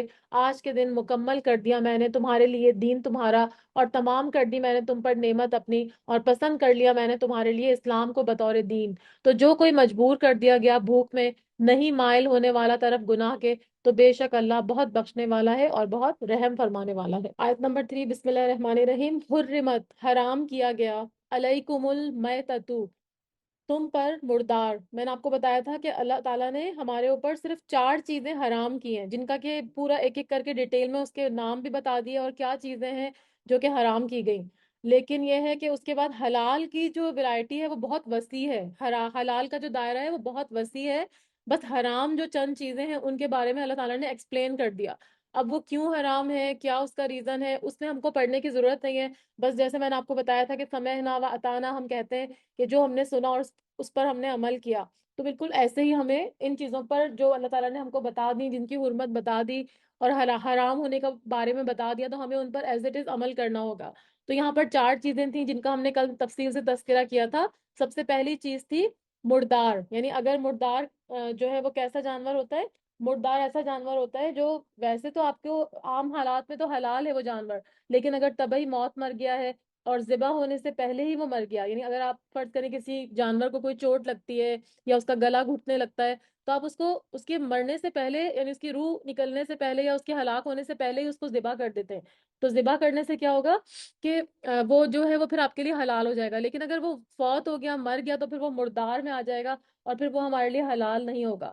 تو ایسا جانور جسے شرعی طریقے پر حلال نہ کیا گیا ہو وہ بھی مردار ہی کہلائے گا، یعنی اگر شرعی طریقہ جیسے بتایا گیا کہ کس طرح سے قربانی کی جاتی ہے، کس طرح سے ذبح کیے جاتے ہیں، ذبیحہ کیسے کیا جاتا ہے، اگر اس طریقے سے ذبیحہ نہیں ہوگا تو پھر وہ بھی غلط طریقے میں آ جائے گا۔ تو یہاں پر فرمایا کہ حرام کیا گیا ہے تم پر مردار، والدما، اور خون، اور خون میں نے آپ کو بتایا تھا کہ بہتا ہوا خون، یعنی اگر جیسے کسی چیز میں لگا ہوا ہو تو پھر وہ ہے۔ اور مردار میں مچھلی اور ٹڈی، ٹڈی ہم لوگ تو نہیں کھاتے یوزلی، لیکن ٹڈی وہ جو ہے نا وہ بھی حلال ہوتی ہے۔ تو ٹڈی اور مچھلی اگر یہ مردار بھی ہوں گے تب بھی یہ حلال ہوں گے، اور ہم کو یہ حدیث سے پتہ چلتا ہے۔ اور خون، بہتا ہوا خون جو ہے وہ تو وہ حرام کے درجے پہ آتا ہے، لیکن جمع ہوا خون جیسے کلیجی ہے اس کے اندر بھی خون جمع ہوا ہوتا ہے، یا جگر ہوتا ہے، یا تلی ہوتی ہے، تو یہ سب حلال ہیں، یہ منع نہیں ہے۔ تو پہلی چیز ہو گئی مردار، اس میں بھی میں نے آپ کو سارا کچھ بتا دیا کہ کیا کیا چیزیں اس میں حلال ہے اور کیا حرام ہے۔ اس کے علاوہ خون، بہتا ہوا خون حرام ہے۔ اور پھر خنزیر کا گوشت، اب صرف گوشت نہیں، اس کی ہڈی، چربی اور جتنی بھی اس کی جو جو چیزیں ہیں وہ ساری کی ساری پھر حرام کے درجے پہ آتی ہیں، کیونکہ یہاں کھانے کی بات ہو رہی تھی اسی لیے صرف گوشت کا ذکر کیا گیا، لحم کا ذکر کیا گیا۔ اور پھر چوتھی چیز کیا ہے، جس کو اللہ کے غیر اللہ کے لیے پکارا گیا، ٹھیک ہے؟ غیر اللہ کے لیے پکارنے میں کیا ہو جاتا ہے کہ جیسے آپ کسی مزار پہ جا کے بھی، جیسے مسلمان بھی اس طرح کرتے ہیں کہ مزاروں پہ جا کے جانوروں کو قربان کرتے ہیں، یا پھر جیسے مشرکین مکہ تھے وہ کیا کرتے تھے، آستانوں پر جا کر جہاں بت نصب ہوتے ہیں وہاں پر جا کر وہ جانوروں کو قربان کرتے تھے، تو یہ دونوں ہی اس میں آ جاتے ہیں۔ تو وہاں پر جو مسلمانوں کے ہاں کیا ہوتا ہے کہ وہ ان بزرگ کے نام پر کرتے ہیں، قربانی جو ہے وہ ان کا نام لے کر ذبح کی جاتی ہے کہ ہم ان کے نام پر قربان کر رہے ہیں، تو وہ بھی جانور پھر بھلے صحیح طریقے سے اس کو ذبح بھی کیا گیا ہو وہ بھی آپ کے لیے حرام ہو جاتا ہے۔ کیوں؟ کیونکہ غیر اللہ، یعنی غیر اللہ کا نام پہ ہم نہیں کر سکتے۔ بھلے آپ یہ کہہ سکتے ہیں کہ ہاں یہ جو ہم جانور ذبح کر رہے ہیں اللہ کے نام پہ، بسم اللہ اللہ اکبر پڑھ کے، تو اس کا ثواب، یعنی اس کا جو بھی کھانا ہوگا یا جو بھی گوشت ہم بانٹیں گے اس کا ثواب فلانے کی روح کو ملے، تو یہ ہم کہہ سکتے ہیں۔ لیکن ان کا نام لے کر ذبح کرنا، کسی بزرگ کا یا اپنے کوئی بھی پیارے ہیں ان کا نام لے کر جانور پہ ذبح کرنا، تو وہ حرام ہو جاتا ہے، کیونکہ یہاں پہ لکھا ہے وما اہل لغیر اللہ بھی، یعنی جو پکارا گیا واسطے غیر اللہ کے، یعنی ہر قربانی پہ اللہ ہی کا نام لیا جائے گا، بسم اللہ ہی، بسم اللہ اللہ اکبر کہہ کے اس جانور کو ذبح کیا جائے گا، تو وہ آپ کے لیے حلال ہوگا۔ لیکن اگر آپ نے نیت کی کہ نہیں یہ تو فلانے بزرگ کے لیے، ان کا نام لے کر آپ نے ذبح کیا، تو پھر وہ بھی آپ کے لیے حرام ہو جائے گا، چاہے اس کو آپ نے ذبیحہ صحیح کیا ہو۔ اس کے علاوہ میں نے آپ کو بتایا تھا گلا گھٹ کر مرنے والی، منخنقہ، منخنقہ کا مطلب ہوتا ہے جیسے کوئی رسی وغیرہ پھندا لگ جائے۔ پھر اس کے بعد والموقوذۃ، اور چوٹ لگ کر مرنے والی، اوپر سے گر گئی یا کوئی اور کسی بھاری چیز سے چوٹ لگ گئی، تو پھر وہ جانور اگر مر جائے تو پھر وہ مردار ہو جائے گا۔ لیکن اگر اس کو چوٹ لگی اور ابھی وہ تڑپ رہا ہے اور تکلیف میں ہے تو آپ نے اس کو ذبح کر دیا، تو پھر وہ آپ کے لیے حلال ہو سکتا ہے۔ والمتردیۃ، اور بلندی سے گر کر مرنے والی، یعنی کوئی بھی جانور جو بلندی سے گرا ہے اور اس کے بعد وہ فوت ہو گیا، مر گیا، تو وہ پھر مردار ہو جائے گا۔ والنتیحۃ، اور سینگ لگ کر مرنے والی، جیسے میں نے آپ کو کل بتایا تھا کہ جانور آپس میں لڑتے ہیں تو ایک دوسرے کے سینگ ایک دوسرے کو لگ جاتے ہیں اور اس سے بھی ان کی موت واقع ہو جاتی ہے۔ لیکن اگر آپ پہلے حلال کر لیں گے تو اس کو مطلب پہلے آپ اس کو ذبح کر لیں گے تو پھر ٹھیک ہے، لیکن اگر ذبح نہیں کرتے اور ذبح کرنے سے پہلے وہ فوت ہو جاتا ہے تو پھر وہ مردار ہو جائے گا، پھر آپ کو اس کو پھینکنا پڑے گا، پھر آپ اس کو کھا نہیں سکتے۔ وما اکل السبع، اور جسے کھا جائے درندہ، سبع جو ہے نا یہ سبع سے نکلا ہے، سبع کا مطلب عربی میں سات ہوتا ہے نا، سات کا ہنسا، تو سات کے ہنسے کو عدد تام کہتے ہیں، وہ مکمل اور قوت والا عدد کہلاتا ہے۔ عربی میں سات کا ہنسا جو ہے وہ مکمل اور قوت والا عدد کہلاتا ہے، تو پوری قوت والا جانور جو ہوتا ہے اس کو سبع کہا گیا۔ سبع کا مطلب درندے ہیں، جیسے کہ شیر ہے، بھیڑیا ہے، چیتا وغیرہ، تو یہ سارے اس میں آ جاتے ہیں۔ تو فرمایا کہ اور جسے کھا جائے درندہ، الا ما زکیتم، مگر جس کو ذبح کر لیا تم نے، زکیتم کا مطلب پاک کر لیا، پاک کرنے میں ذبح کرنا مراد ہے، کہ اگر آپ نے اس کو مرنے سے پہلے ذبح کر لیا تو پھر ایسا جانور جو ہے وہ ٹھیک ہوگا، ایسا ذبیحہ آپ کو بالکل حلال ہوگا۔ تو یہاں پر اس کا بھی ذکر کر دیا کہ اکل السبع الا ما زکیتم وما ذبح علی النصب، اور جو ذبح کیا گیا آستانوں پر، یعنی آستان یا استھان کہا جاتا ہے، وہ کیا ہوتے ہیں؟ خانہ کعبہ جب تھا، خانہ کعبہ میں کچھ بت اندر نصب کیے گئے تھے ان لوگوں نے، مشرکین نے، اور کچھ بت باہر نصب کیے تھے اور کچھ پتھروں پر نصب کیے ہوئے تھے۔ تو جب وہ کوئی جانور اپنے بتوں کو خوش کرنے کے لیے ذبح کرتے تھے نا ان کے سامنے، تو وہ کیا کرتے تھے، اس کا خون پتھروں پر لگا دیتے تھے اور گوشت بتوں کے آگے نظر کرتے تھے، تو بت تو ظاہر ہے پتھر کے تھے، وہ تو نہیں کھاتے تھے، تو پھر وہ جو ان کے مجاور ہوتے تھے اور جو بھی وہاں پر ان کی نگرانی کرنے والے ہوتے تھے وہ گوشت اپنے ساتھ لے کر چلے جاتے تھے۔ تو کسی بھی انسان کے نام پر، اس کی قبر پر، یا اس کو خوش کرنے کے لیے اگر ہم ذبح کرتے ہیں، جیسے میں نے آپ کو پیچھے بھی بتایا کہ اگر ذبح کریں گے تو نام صرف اللہ ہی کا لیا جائے گا، ہم کسی انسان کا نام لے کر یا کسی بت کا نام لے کر یا کسی اور نعوذ باللہ اللہ کے ساتھ کسی کو شریک ٹھہرا کر اس کا نام لے کر ذبح نہیں کر سکتے۔ تو یہاں پر کیا فرمایا کہ جو ذبح کیا گیا ہے آستانوں پر، نصب مطلب نصب کیے ہوئے، تو وہ بت جو تھے وہ ایک جگہ پہ ان کو فکس کر دیتے تھے تو یہاں پر وہی مراد ہے، وَأَن تَسْتَقْسِمُوا بِالْأَزْلَامِ، اور یہ کہ تم قسمت معلوم کرو تیروں اور پانسوں کے ذریعے۔ ازلام جو ہے وہ ظلمہ کی جمع ہے رے سے۔ ظلمہ کا مطلب ہوتا ہے ایسا تیر جس پر نہ لگائے گئے ہوں، یعنی خالی تیر۔ جب آپ صلی اللہ علیہ وآلہ وسلم نے مکہ فتح کیا تھا تو آپ صلی اللہ علیہ وآلہ وسلم کعبہ میں داخل نہیں ہو رہے تھے، کیونکہ اس میں بہت سارے بت رکھے ہوئے تھے۔ آپ صلی اللہ علیہ وسلم نے ان کو نکالنے کا حکم دیا۔ جب بت نکالے گئے تو حضرت ابراہیم علیہ السلام اور حضرت اسماعیل علیہ السلام کے بت بھی وہاں پر موجود تھے، اور ان کے ہاتھوں میں تیر پکڑائے ہوئے تھے۔ تو آپ صلی اللہ علیہ وسلم بہت غصے میں آ گئے یہ دیکھ کر، فرمانے لگے اللہ ان کو تباہ کرے، اللہ کی قسم کیا ان کو معلوم نہیں ہے کہ ابراہیم علیہ السلام اور اسماعیل علیہ السلام نے تیروں کے ساتھ کبھی بھی قسمت آزمائی نہیں کی تھی۔ اور یہ جو تیر ہوتے تھے نا، یہ کس طرح سے وہ لوگ کرتے تھے، تیر تین طرح کے تیر ہوتے تھے، اس کے بارے میں بھی میں آپ کو ڈیٹیل میں بتا دیتی ہوں کہ تیر جو ہوتے تھے وہ تین طرح کے ہوتے تھے۔ اس سے وہ قسمت کا حال معلوم کرتے تھے، اور اس میں کیا کیا ہوتے تھے، پہلا جو تیر ہوتا تھا اس کے اوپر لکھا ہوتا تھا افعل کا مطلب ہوتا تھا یہ کام کر لو، اور دوسرے پہ لکھا ہوتا تھا لا تفعل کہ اس کام کو نہ کرو، اور تیسرا خالی ہوتا تھا۔ تو جو اگر افعل کا وہ تیر اٹھاتے تھے تو وہ کام وہ جو بھی وہ کرنا چاہتے تھے وہ کر لیتے تھے، اور لا تفعل میں وہ کام نہیں کرتے تھے، اور اگر خالی تیر نکلتا تو پھر دوبارہ سے تیر اٹھاتے، یعنی دوبارہ سے اسی پروسیس کو کرتے، اور پھر اس کے بعد جو بھی اس تیر نکلتا اس کے حساب سے وہ کام کرتے، یعنی افعل میں نکلتا تو کام کر لیا جاتا، اور لا تفعل نکلتا تو کام نہیں کرتے، اور پھر اگر خالی نکلتا تو دوبارہ سے فعل نکالتے۔ تو یہ یہاں پہ منع کیا جا رہا ہے، کیونکہ ہمیں مسلمانوں کو کیا بتایا گیا کہ اگر آپ کسی بات میں کوئی فیصلہ نہیں کر پا رہے، کسی اہم معاملے میں آپ کو ڈیسیجن میکنگ میں مشکل ہو رہی ہے، ڈیسیجن آپ نہیں لے پا رہے، تو ہمیں کیا بتایا گیا، ہمیں استخارہ کرنے کو کہا گیا کہ اللہ تعالیٰ سے خیر طلب کرے، اور استخارہ جو ہے وہ کسی خاص بزرگ سے کروانے کی ضرورت نہیں ہوتی، استخارہ آپ خود بھی کر سکتی ہیں۔ آپ اپنی جو ہے وہ رات کو عشاء کی نماز پڑھتی ہیں، اس کے بعد 2 رکعت نفل استخارہ کے پڑھیں، استخارہ کی دعا آپ کو مسنون اس میں مل جائے گی، اور نیت کر کے سو جائیں۔ تو اس طرح کرنے سے کیا ہوتا ہے، اللہ تعالیٰ آپ کو نا رہنمائی عطا فرما دیتے ہیں۔ اگر بہت کلیئر خواب بھی نہیں آتا تو ایٹ لیسٹ آپ کو رہنمائی ہو جاتی ہے کہ ہاں یہ کام آپ کے لیے بہتر ہے، اس کو کر لیں، یعنی آپ کا دل اس کام کو کرنے میں مطمئن ہو جاتا ہے۔ اور اگر اس میں کوئی خرابی ہوتی ہے، کوئی پریشانی کی بات ہوتی ہے، تو پھر آپ کا دل اس پہ مطمئن نہیں ہوتا۔ تو اس طرح سے ہمیں اسلام میں جو ہے وہ استخارہ کرنے کو کہا گیا، لیکن یہ لوگ جو ہے وہ تیروں کے ذریعے یہ چیز کرتے تھے، اور اسی کو منع کیا جا رہا ہے۔ تو یہاں پر لکھا ہے وَأَن تَسْتَقْسِمُوا بِالْأَزْلَامِ، اور یہ کہ تم قسمت معلوم کرو تیروں اور پانسوں کے ذریعے۔ تو قریش کا جو سب سے بڑا بت تھا نا، اس کا نام حبل تھا، اور وہ کعبے کے اندر ایک کنواں تھا، یعنی جیسے زمزم کا کنواں تھا شاید اس کے قریب ہی نصب کیا گیا تھا، اور اس کے پاس ایک گڑھا تھا۔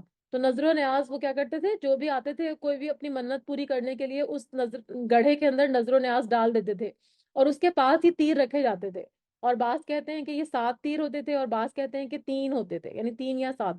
تو اللہ تعالیٰ کیا فرما رہے ہیں کہ ذالکم فسق، یہ سب گناہ کے کام ہے۔ فسق کا مطلب کیا ہوتا ہے، نافرمانی، یعنی جو یہ کام کرے گا، یہ جو جس طرح پیچھے ذکر کیا گیا کہ جو آستانوں کے اوپر ذبح کرے گا، اور اس کے علاوہ جو قسمت کا حال معلوم کرے گا تیروں کے ذریعے، تو یہ سارے گناہ یا فسق کے کام ہیں۔ تو جو بھی یہ کام کرے گا وہ اطاعت کی حد سے باہر نکل جائے گا۔ تو یہ کام کرنے سے مسلمانوں کو روکا جا رہا ہے، کیونکہ یہ پہلے جو مشرکین عرب تھے وہ یہ سب کچھ کرتے تھے۔ الیوم یئس الذین، آج کے دن مایوس ہو گئے وہ جنہوں نے کفروا، کفر کیا، من دینکم، تمہارے دین سے، یعنی کنہوں نے کفر کیا، یعنی یہی مشرکین مکہ جنہوں نے دین سے کفر کیا۔ اللہ تعالیٰ فرما رہے ہیں کہ یہ سارے کے سارے مایوس ہو گئے۔ فلا تخشوہم، تو نہ تم ڈرو ان سے، واخشونی، اور ڈرو مجھ سے، یعنی ان سے ڈرنے کی ضرورت نہیں ہے، کیونکہ یہ لوگ تم سے مایوس ہو گئے کہ اب تو یہ دین کے اوپر، یعنی تمہارے دین سے نا امید ہو گئے کہ اب تو یہ دین کے اوپر جم گئے ہیں، اور اب ان کو اپنی طرف لانا بہت مشکل ہے۔ تو یہاں پر یہی فرمایا جا رہا ہے کہ اب تم ان سے ڈرنے کی تمہیں ضرورت نہیں ہے، وہ تمہیں کوئی بھی نقصان نہیں پہنچا سکتے، کیونکہ سارا توکل تمہارا صرف اور صرف اللہ کے لیے ہونا چاہیے، کیونکہ دین جو ہے اللہ ہی نے تمہارے اوپر مکمل کیا ہے، اور تم اللہ کی اطاعت میں ہی دین کے تابع ہو رہے ہو۔ تو ان لوگوں سے ڈرنے کی کوئی ضرورت نہیں، تمہیں صرف اور صرف اللہ سے ڈرنا چاہیے، اللہ تعالیٰ خود ان کا فیصلہ فرما دیں گے۔ تو فرمایا کہ ان سے مت ڈرو اور مجھ سے ڈرو۔ الیوم اکملت، اور آج کے دن مکمل کر دیا میں نے، لکم دینکم، تمہارے لیے دین تمہارا۔ اللہ تعالیٰ فرما رہے ہیں کہ تمہارے لیے تمہارا دین آج کے دن میں نے مکمل کر دیا، یعنی دین کو جو ہے وہ دین اسلام کو کمپلیٹ کر دیا۔ اس کے بارے میں آتا ہے ایک روایت میں کہ حضرت عمر رضی اللہ تعالیٰ عنہ جو تھے وہ یہ آیت سن کر رونے لگے، یعنی یہ جو آیت نازل ہوئی جس میں کہ یہ لکھا ہوا ہے کہ الیوم اکملت لکم دینکم، میں نے تمہارے لیے آج دین مکمل کر دیا. تو ان کو اتنی ڈیپ نالج تھی کہ وہ یہ آیت سن کر رونے لگے. تو حضرت محمد صلی اللہ علیہ وآلہ وسلم نے پوچھا کہ عمر تم رو کیوں رہے ہو؟ حضرت عمر نے فرمایا اے رسول اللہ صلی اللہ علیہ وآلہ وسلم، جب کوئی چیز پوری ہو جاتی ہے تو وہ کم ہونے لگتی ہے اور خاتمے کی طرف چل پڑتی ہے. اب تک ہمارے دین میں مستقل اضافہ ہو رہا تھا، ہم ہر روز ایک نئی بات سیکھ رہے تھے، لیکن آج جب یہ دین مکمل ہو گیا ہے تو اس کا مطلب ہے کہ آپ صلی اللہ علیہ وآلہ وسلم دنیا سے جانے والے ہیں. تو حضرت عمر فرماتے ہیں کہ مجھے اچھی طرح سے یاد ہے کہ وہ عرفے کا دن تھا اور جمعے کا دن تھا اور شام کا وقت تھا جب یہ آیت نازل ہوئی. تو یعنی ان کو دین کی ان کو جو ہے حضرت عمر رضی اللہ تعالیٰ عنہ کو اتنی زیادہ دین کی نالج تھی کہ انہوں نے فوراً اس کی یہ بات محسوس کی کہ اب اگر دین مکمل ہو گیا ہے تو اس کا مطلب ہے آپ صلی اللہ علیہ وآلہ وسلم کی رحلت کا وقت قریب ہے. تو یہ یہاں پہ فرمایا جا رہا ہے کہ آج کے دن میں نے مکمل کر دیا تمہارے لیے تمہارے دین کو، وَأَتْمَمْتُ، اور تمام کر دی میں نے، علیکم نعمتی، تم پر اپنی نعمت. اور نعمت کون سی مراد ہے یہاں پر؟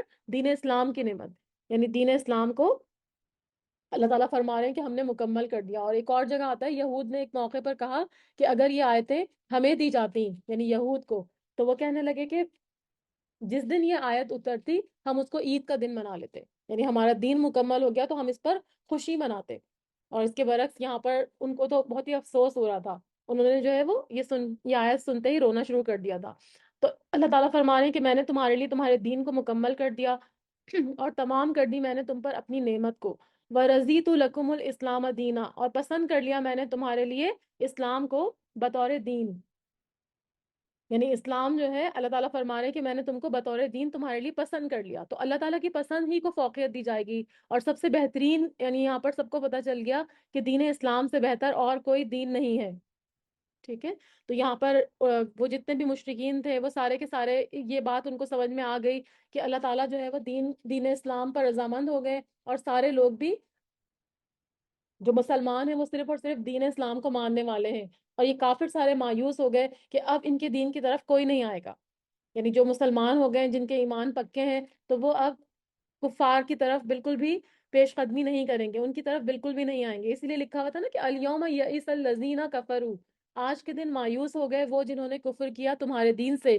تو فرمایا اللہ نے کہ نہ تم ان سے ڈرو بلکہ مجھ سے ڈرو. آج کے دن مکمل کر دیا میں نے تمہارے لیے دین تمہارا، اور پورا کر دیا، تمام کر دی میں نے تم پر اپنی نعمت، یعنی دین اسلام کی نعمت. وَرَضِيتُ لَكُمُ الْإِسْلَامَ دِينًا، اور میں نے پسند کر لیا تمہارے لیے اسلام کو بطور دین. تو اب اس سے یہ بات واضح ہو گئی کہ اسلام کے علاوہ کوئی دوسرا مذہب ایسا نہیں ہے جو کہ اللہ کی نظر میں پسندیدہ ہو. تو جو اللہ کی نظر میں پسندیدہ دین ہے پھر ہم کو وہی اپنانے کو کہا گیا. فمن استرا، تو جو کوئی مجبور کر دیا گیا، فی مخمصتن، بھوک میں. اور مخمصہ جو ہے وہ ایسی بھوک ہوتی ہے، بھوک کی شدت کو کہتے ہیں مخمصہ. مخمصہ کا مطلب ایسی بھوک جس سے پیٹ اندر کو لگ جائے، یعنی شدید بھوک.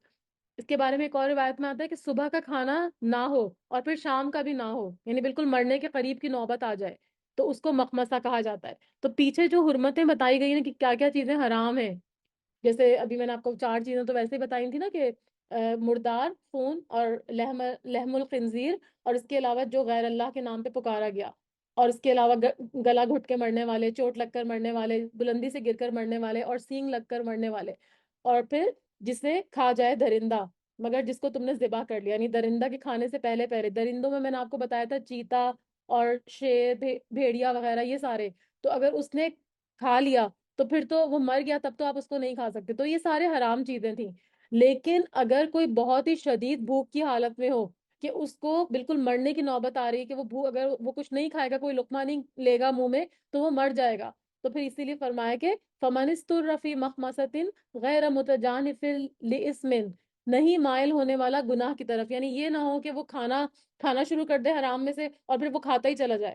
لیکن جو شخص شدت کی بھوک میں بے قرار ہو جائے لیکن کسی گناہ کی طرف اس کا میلان نہ ہو، صرف کیا ہو کہ جان بچانی مقصود ہو، تو اللہ تعالیٰ فرما رہے ہیں فَإِنَّ اللَّهَ غَفُورٌ رَحِيمٌ، تو بے شک اللہ بہت بخشنے والا ہے اور نہایت رحم فرمانے والا ہے. یعنی پھر ایسا شخص اس میں سے کچھ لقمہ کھا سکتا ہے. یعنی بھوک کی جو اضطراری کیفیت ہے اس میں یہ جو پیچھے محرمات کا ذکر کیا گیا وہ کھانے کی اجازت ہے، یعنی جو حرام چیزیں تھیں ان کو کھانے کی اجازت ہے، لیکن اس کا مقصد یہ نہ ہو کہ اللہ کی نافرمانی اور حد سے تجاوز کرنا، صرف اپنی جان بچانا مطلوب ہو تو اس میں سے وہ دو چار لقمے کھا سکتا ہے۔ تو دین کو اللہ تعالیٰ نے آسان بنایا، یہ نہیں کہا کہ اگر تم مرنے لگو تو مر بھی جاؤ لیکن اس میں سے مت کھانا، یہ نہیں کہا گیا، لیکن جان بچانے کے لیے اس حرام میں سے بھی ایک آدھ لقمہ کھایا جا سکتا ہے۔ لیکن جیسے ہی کوئی موقع دوسرا ہے کہ آپ کو دوسری خوراک میسر آ جائے تو پھر فوراً اللہ سے توبہ طلب کریں اور اللہ تعالیٰ کی طرف رجوع کریں۔ تو پھر فرمایا کہ فَإِنَّ اللَّهَ غَفُورٌ رَحِيمٌ، تو بے شک اللہ بہت بخشنے والا ہے اور بہت ہی رحم فرمانے والا ہے۔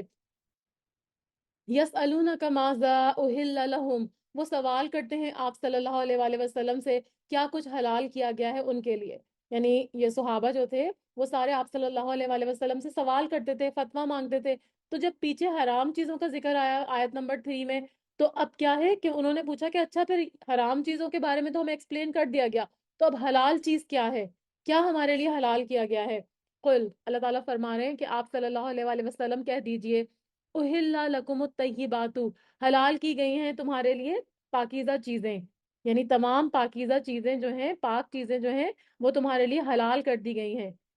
کیونکہ جو خبیث ہوتا ہے نا، خبیث کا اپوزٹ طیبات ہوتا ہے۔ خبیث کا مطلب ہوتا ہے گندی اور ناپاک چیزیں، اور طیبات کا مطلب ہوتا ہے پاک چیزیں۔ تو پاکیزہ چیزیں کیا ہیں؟ وہ جو اللہ تعالیٰ نے ہمارے لیے حلال کر دی ہیں، اور جو بھی آپ کو دیکھ کر طبیعت اس کی طرف مائل ہو رہی ہے، جیسے کوئی بھی سبزیاں ہیں، فروٹس ہیں، اناج ہیں، تو یہ ساری کی ساری آپ کے لیے طیبات ہیں۔ کچھ چیزیں جو اللہ تعالیٰ نے بتا دی مخصوص طریقے سے وہ آپ کے لیے حرام ہے، لیکن باقی ساری چیزیں اللہ تعالیٰ نے جو ہے مسلمانوں کے لیے حلال کر دی۔ فرمایا کہ کہہ دیجئے حلال کی گئی ہیں تمہارے لیے طیبات یعنی پاکیزہ چیزیں، وما علمتم، اور جو سکھایا تم نے، من الجوارح، شکاری جانوروں کو۔ جوارح جو ہے وہ جارح کی جمع ہے، اور جرح کا مطلب ہوتا ہے زخم، اس کے دو میننگ ہے۔ جرح کا دو میننگ ہے، جرح کا ایک مطلب ہوتا ہے زخم، اور دوسرا میننگ ہوتا ہے کمائی کرنے والا۔ تو جارح کا مطلب ہوتا ہے زخمی کرنے والا، یعنی شکاری جانور۔ تو یہاں پہ فرمایا جا رہا ہے جو سکھایا تم نے شکاری جانوروں کو، اسی لیے جوارح کا یہاں میننگ لکھا ہوا ہے شکاری جانور۔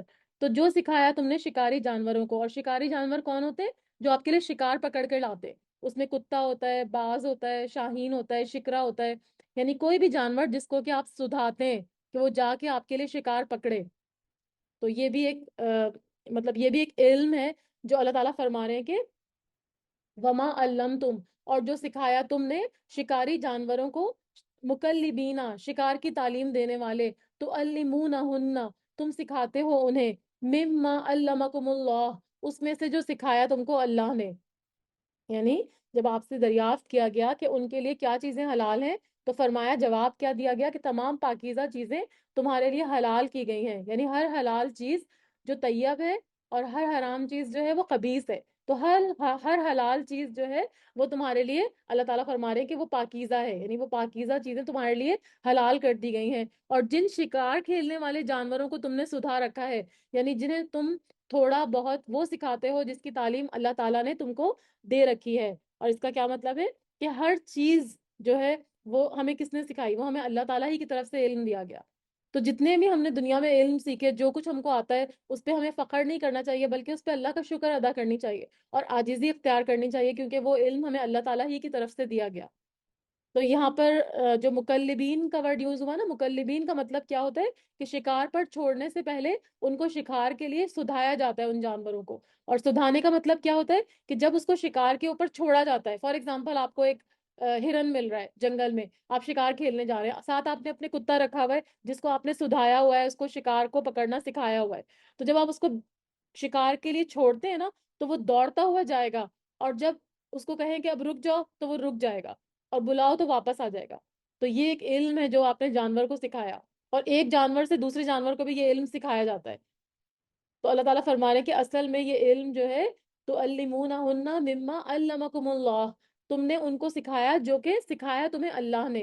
تو ان کے لیے پھر فرمایا کہ ایسے جانوروں کو فکلوا مما امسکنا، تو کھاؤ اس میں سے جو وہ روک رکھیں، علیکم تم پر، وذکروا اسم اللہ علیہ، اور ذکر کرو نام اللہ کا اس پر، یعنی جس شکار کو وہ تمہارے لیے پکڑ کر روکے رکھیں تو تم اس میں سے کھا لو، اور اس پر اللہ تعالیٰ کے نام کا ذکر کر لیا کرو، یعنی بسم اللہ پڑھ لیا کرو۔ تو یہاں پر اس کی پھر ڈیٹیل اس میں کیا بتائی گئی اس آیت کے آگے، کہ بتایا گیا کہ ایسے سدھائے ہوئے جانوروں کا شکار کیا ہوا جانور 2 شرطوں کے ساتھ حلال ہے۔ پہلی شرط کیا ہے کہ اسے شکار کے لیے چھوڑتے وقت بسم اللہ پڑھ لی گئی ہو، یعنی جیسے ہم ذبح کرتے وقت بسم اللہ پڑھتے ہیں نا، تو ایسے اگر آپ جیسے ہی اس کو کہیں گے نا پکڑو جا کے اس کو ہرن کو، تو جیسے ہی آپ نے اس کو چھوڑا، اس کتے کو یا جو بھی آپ کا جانور تھا جس کو آپ نے سدھایا تھا، تو جیسے ہی چھوڑیں گے اسی وقت اس کے اوپر آپ بسم اللہ پڑھ لیں گے۔ اور دوسری شرط کیا ہے کہ شکاری جانور شکار کر کے اپنے مالک کے لیے رکھ چھوڑے اور اس کا انتظار کرے، خود نہ کھائے، یعنی وہ جانور پکڑ کے رکھے اور جب آپ اس کو کہیں کہ واپس آ جاؤ تو وہ واپس آ جائے، اور پھر آپ جا کے اس جانور کو ذبح کر لیں، تو پھر وہ حلال ہوگا۔ اور اس میں کوئی اور جانور اس میں شرکت نہ کرے، یعنی جس جانور کو سکھائے صرف وہی اس جانور کو پکڑے اور اس کو پکڑ کے رکھے، دوسرے کوئی جانور آگے اس میں سے کھائے نہیں، ورنہ پھر وہ حلال نہیں رہے گا۔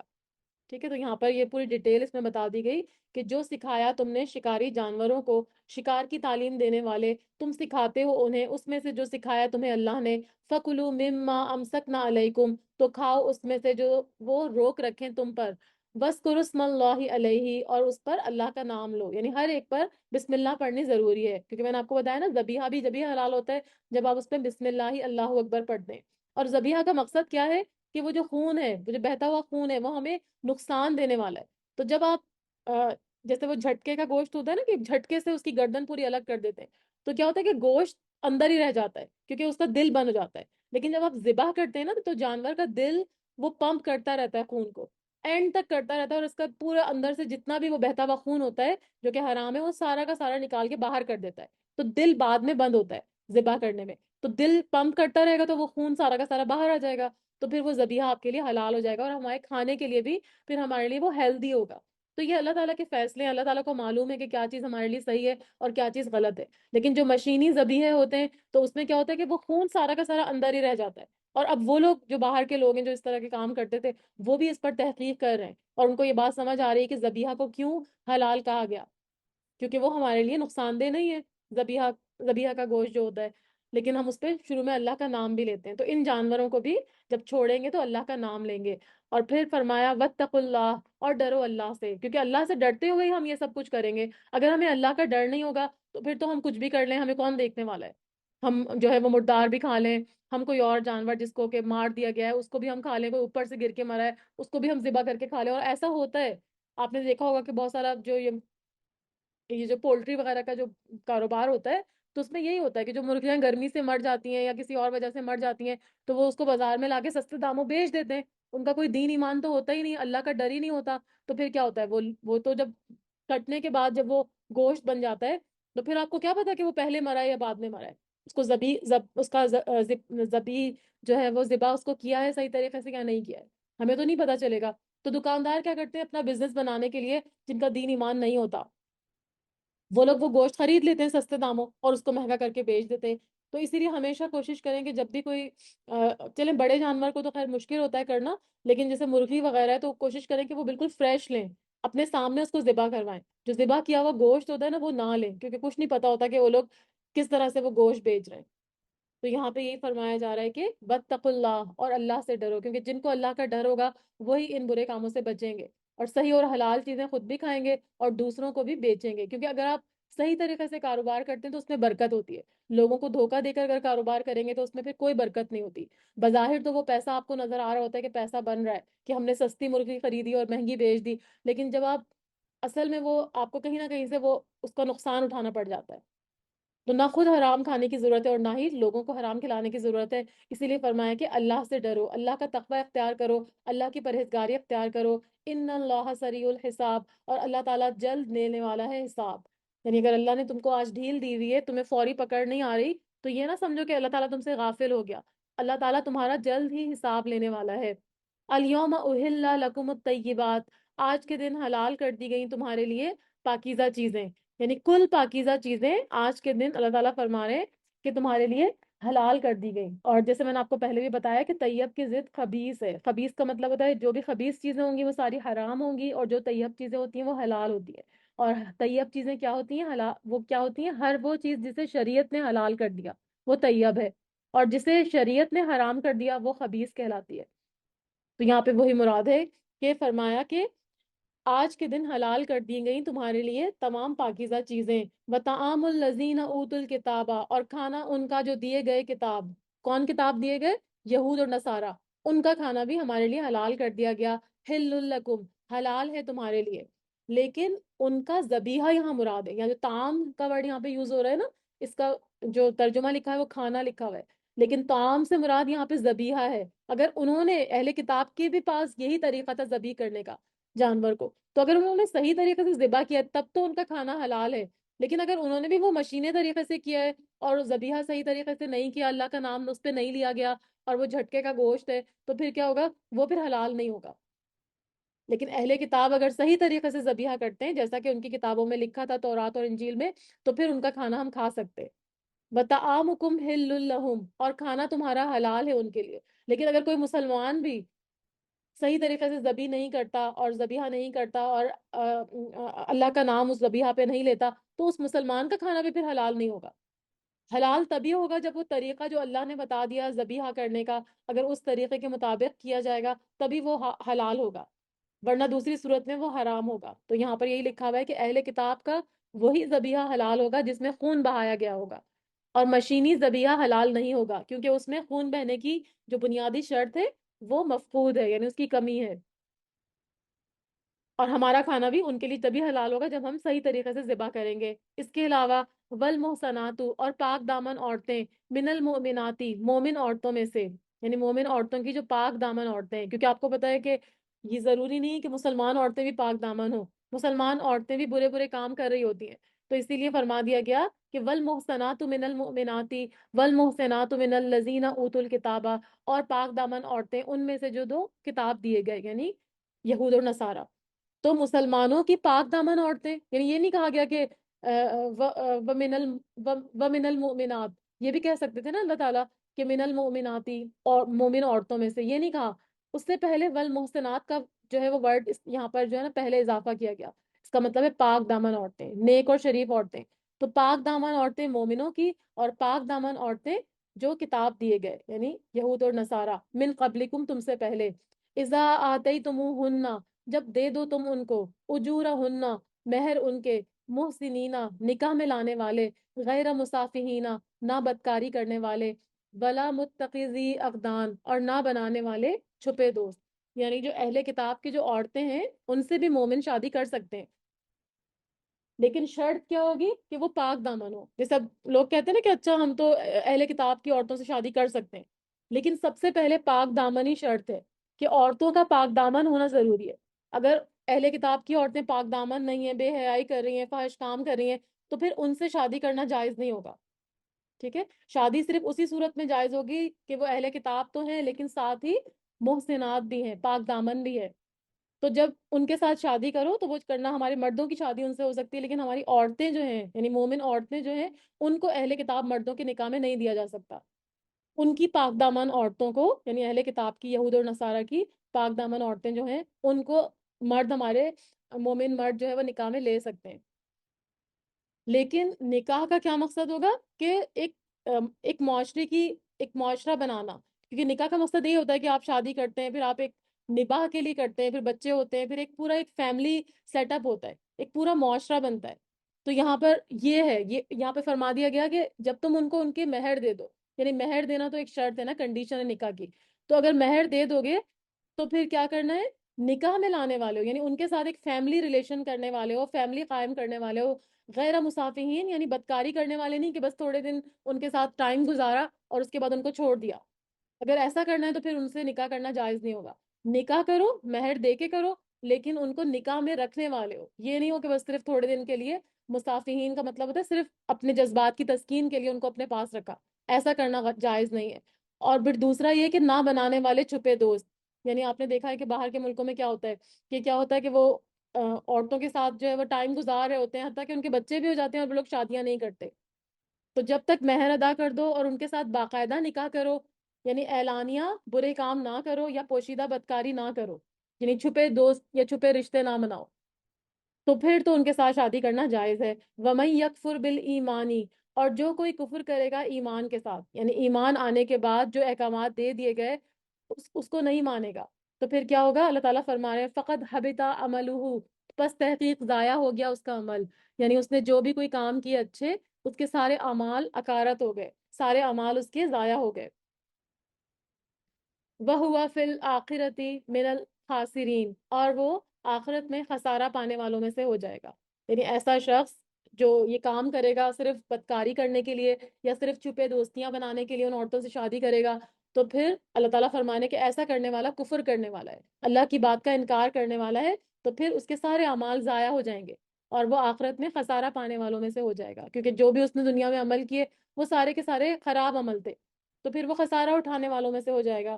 یعنی جیسے میں نے ابھی آپ کو پھر سے اس کا تھوڑا سا ڈیٹیل بتا دیتی ہوں اسی آیت کی، کہ اہل کتاب کی عورتوں سے نکاح کی اجازت کیا دی گئی، کیا شرط کے ساتھ دی گئی، کہ ایک تو وہ پاک دامن ہو، سب سے پہلی شرط کہ وہ عورتیں، ٹھیک ہے، جو کہ اب آج کل کی جو عورتیں ہیں وہ تو آپ کو پتا ہے کہ کس طرح کی ہیں اہل کتاب کی عورتیں، کہ وہ لوگ تو اپنے دین پر چلتی نہیں، لیکن ان میں کوئی اس طرح کی عورت آپ کو مل جاتی جو پاک دامن ہے تو پھر ان سے مردوں کی شادی ہو سکتی ہے۔ اور دوسرا یہ فرمایا گیا اس آیت میں کہ ایمان کے ساتھ جو کفر کرے گا اس کے عمل برباد ہو گئے، تو اس سے کیا بتایا جا رہا ہے کہ اگر ایسی عورت سے نکاح کرنے میں ایمان کے ضائع ہونے کا اندیشہ ہو تو یہ بہت ہی خسارے کا سودا ہوگا، کیونکہ اس عورت سے پھر پوری نسل چلے گی نا، اس سے بچے ہوں گے اور پھر وہ بچوں کو بھی ظاہر اپنی طرح ہی بنائے گی، تو اگر پاک دامن نیک عورت ہوگی تو یقیناً وہ اپنے بچوں کو بھی نیک اور پاکیزہ ہی بنائے گی، تو اسی لیے فرمایا کہ پھر وہ خسارے میں ہو جائے گا۔ تو اگر آج کل کی جو عورتیں ہیں اہل کتاب کی تو ان سے شادی کرنا اسی صورت میں جائز ہوگا جبکہ وہ پاک دامن بھی ہوں گی، اور اسی طرح سے مومن عورتوں سے بھی جب نکاح کیا جائے گا تو ان کی پاک دامنی دیکھی جائے گی۔ اور آپ کو پتہ ہے وہ حدیث کا مفہوم بھی ہے نا کہ عورت سے 4 چیزوں کی بنیاد پر شادی کی جاتی ہے، یعنی حسن کی، دولت کی، خاندان کی اور دین کی۔ تو نبی صلی اللہ علیہ وسلم نے فرمایا تھا کہ عورت سے 4 چیزوں کی بنیاد پر شادی کی جاتی ہے، تم دین والی کو اختیار کرو، کیونکہ اس سے پوری آپ کی ایک نسل چلتی ہے نا عورت سے، تو اگر وہ دین والی نہیں ہوگی تو پھر وہ بچوں کی تربیت کیسے کرے گی؟ اگر ہم صرف حسن کو دیکھ لیں گے یا دولت کو دیکھ لیں گے اور خاندان کو، چلے خاندان بھی میٹر کرتا ہے، لیکن اگر ہم دین کو نہ دیکھیں، اس عورت کے پاس دین کی کمی ہو، دین اس کے پاس ہو ہی نہیں، تو پھر وہ اپنے بچوں کی کیا تربیت کرے گی؟ تو اسی لیے آپ صلی اللہ علیہ وسلم نے فرمایا تھا کہ ان 4 چیزوں میں سے جو دین والی ہو تم اس کو اختیار کرو اور تمہارے ہاتھ خاک آلود ہوں، اس کا مطلب یعنی آپ نے ناراضگی کا اظہار کیا کہ جو لوگ حسن کے پیچھے بھاگتے ہیں یا دولت کے پیچھے بھاگتے ہیں تو ان کے ہاتھ جو ہے وہ خاک آلود ہوں۔ ہمیشہ دین کو دیکھنا چاہیے، کیونکہ عورت جو ہے وہ گھر کی بنیاد ہے، اور میاں اور بیوی کے رشتے سے ایک نیا خاندان وجود میں آتا ہے شادی کے بعد، تو پھر ایسی عورت ہو جو آپ کے بچوں کی صحیح تربیت کرے۔ اگر وہ خود ہی چھپے روت بنا رہی ہے اور جو ہے محسنین، یہ جو یہاں پہ ورڈ یوز ہوا نا محسنات، تو محسنات میں سے نہیں ہے، پاک دامن عورت نہیں ہے، تو پھر وہ بچوں کی کیا اپنی تربیت کرے گی؟ تو اسی لیے اس چیز سے یہاں پر روکا گیا کہ اگر تم ایسا کرو گے تو پھر کیا ہوگا کہ تم کفر کرو گے ایمان لانے کے بعد اور تمہارے سارے اعمال ضائع ہو جائیں گے اور آخرت میں تم بالکل خالی ہاتھ رہ جاؤ گے، تمہارے پاس کوئی بھی نیک عمل نہیں ہوگا جو تم کو جنت میں لے جائے۔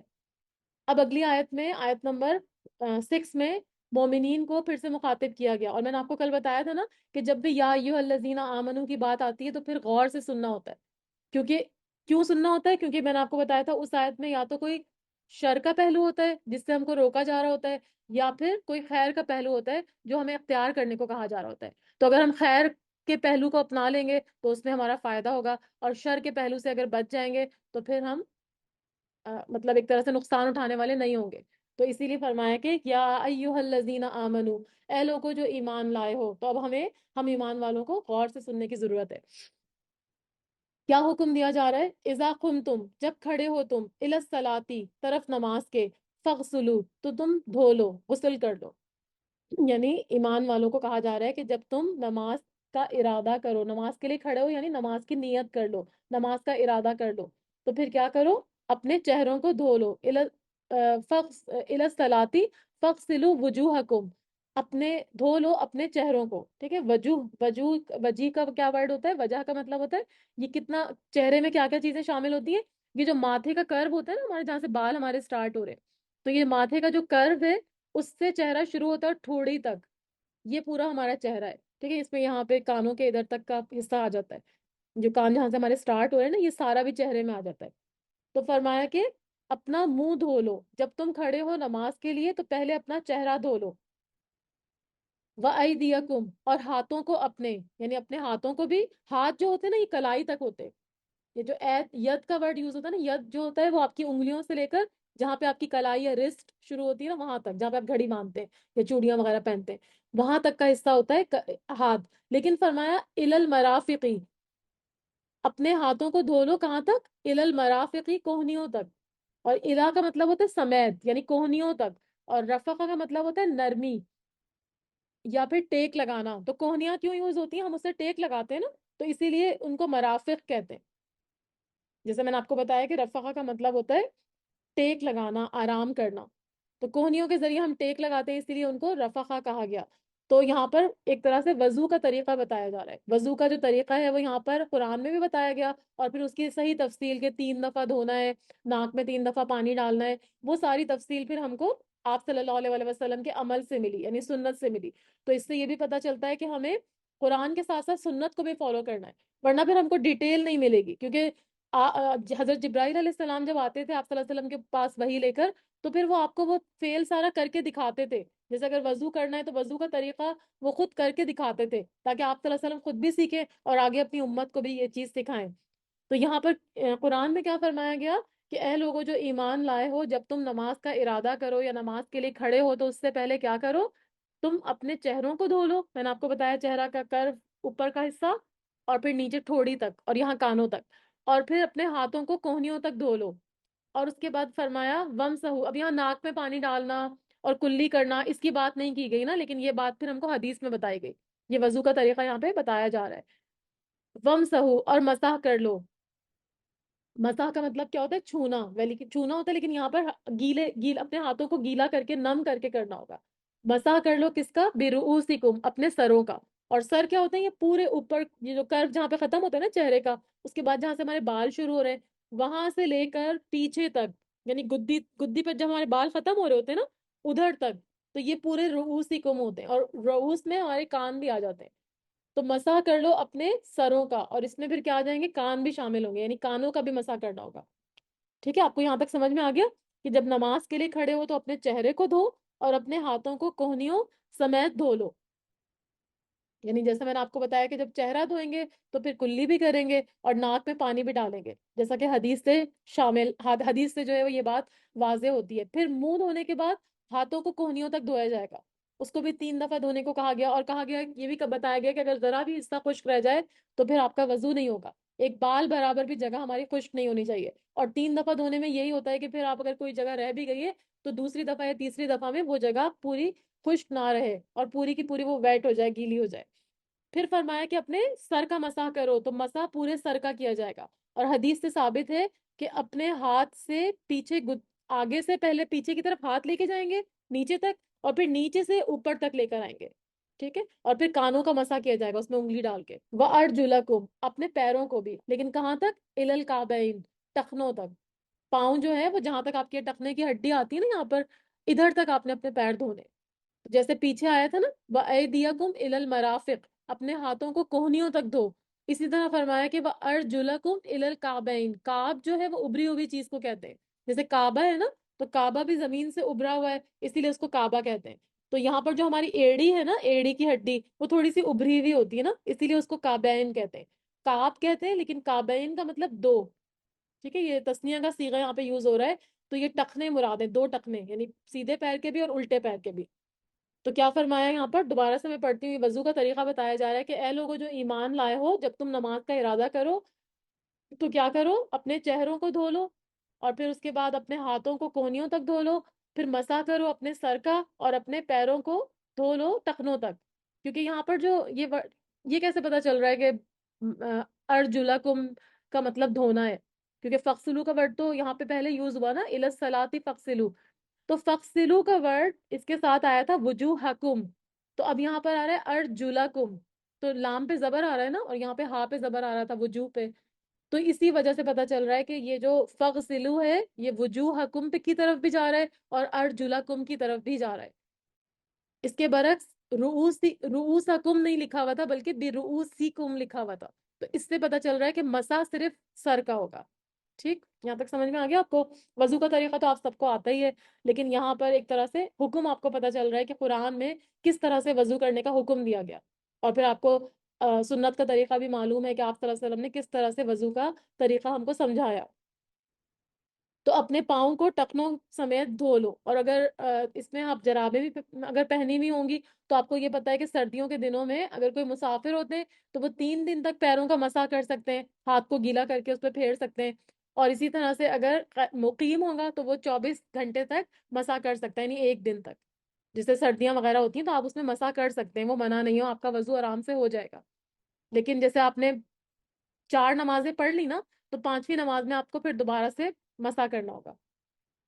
اور پاکی کی حالت میں پھر آپ نے وہ موزے پہنے ہو، جرابیں جو پہنی ہو وہ آپ نے پاکی کی حالت میں پہنی ہو، تب پھر آپ اس کا مسح کر سکتے ہیں، اور مسافر جو ہے وہ 3 دن تک مسح کر سکتا ہے۔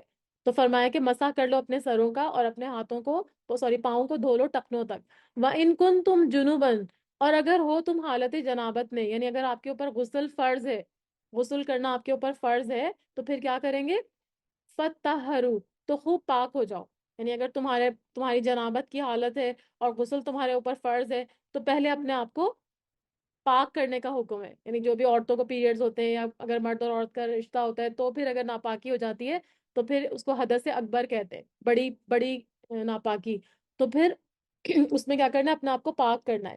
وَإِن كُنتُم مَرْضَىٰ، اور اگر ہو تم مریض، یعنی اگر تم بیمار ہو، تمہیں مطلب نہانے میں یا وضو کرنے میں پانی یوز کرنے سے تمہاری بیماری کے بڑھنے کا خطرہ ہے، او الا سفرن، یا تم کسی سفر پر ہو کہ اگر تمہیں سفر میں پانی نہیں مل رہا، او جاء احد منکم، یا آیا کوئی ایک تم میں سے، من الغائطی، قضاء حاجت سے، یعنی اگر وہ کہیں واش روم وغیرہ سے ہو کے آیا ہے۔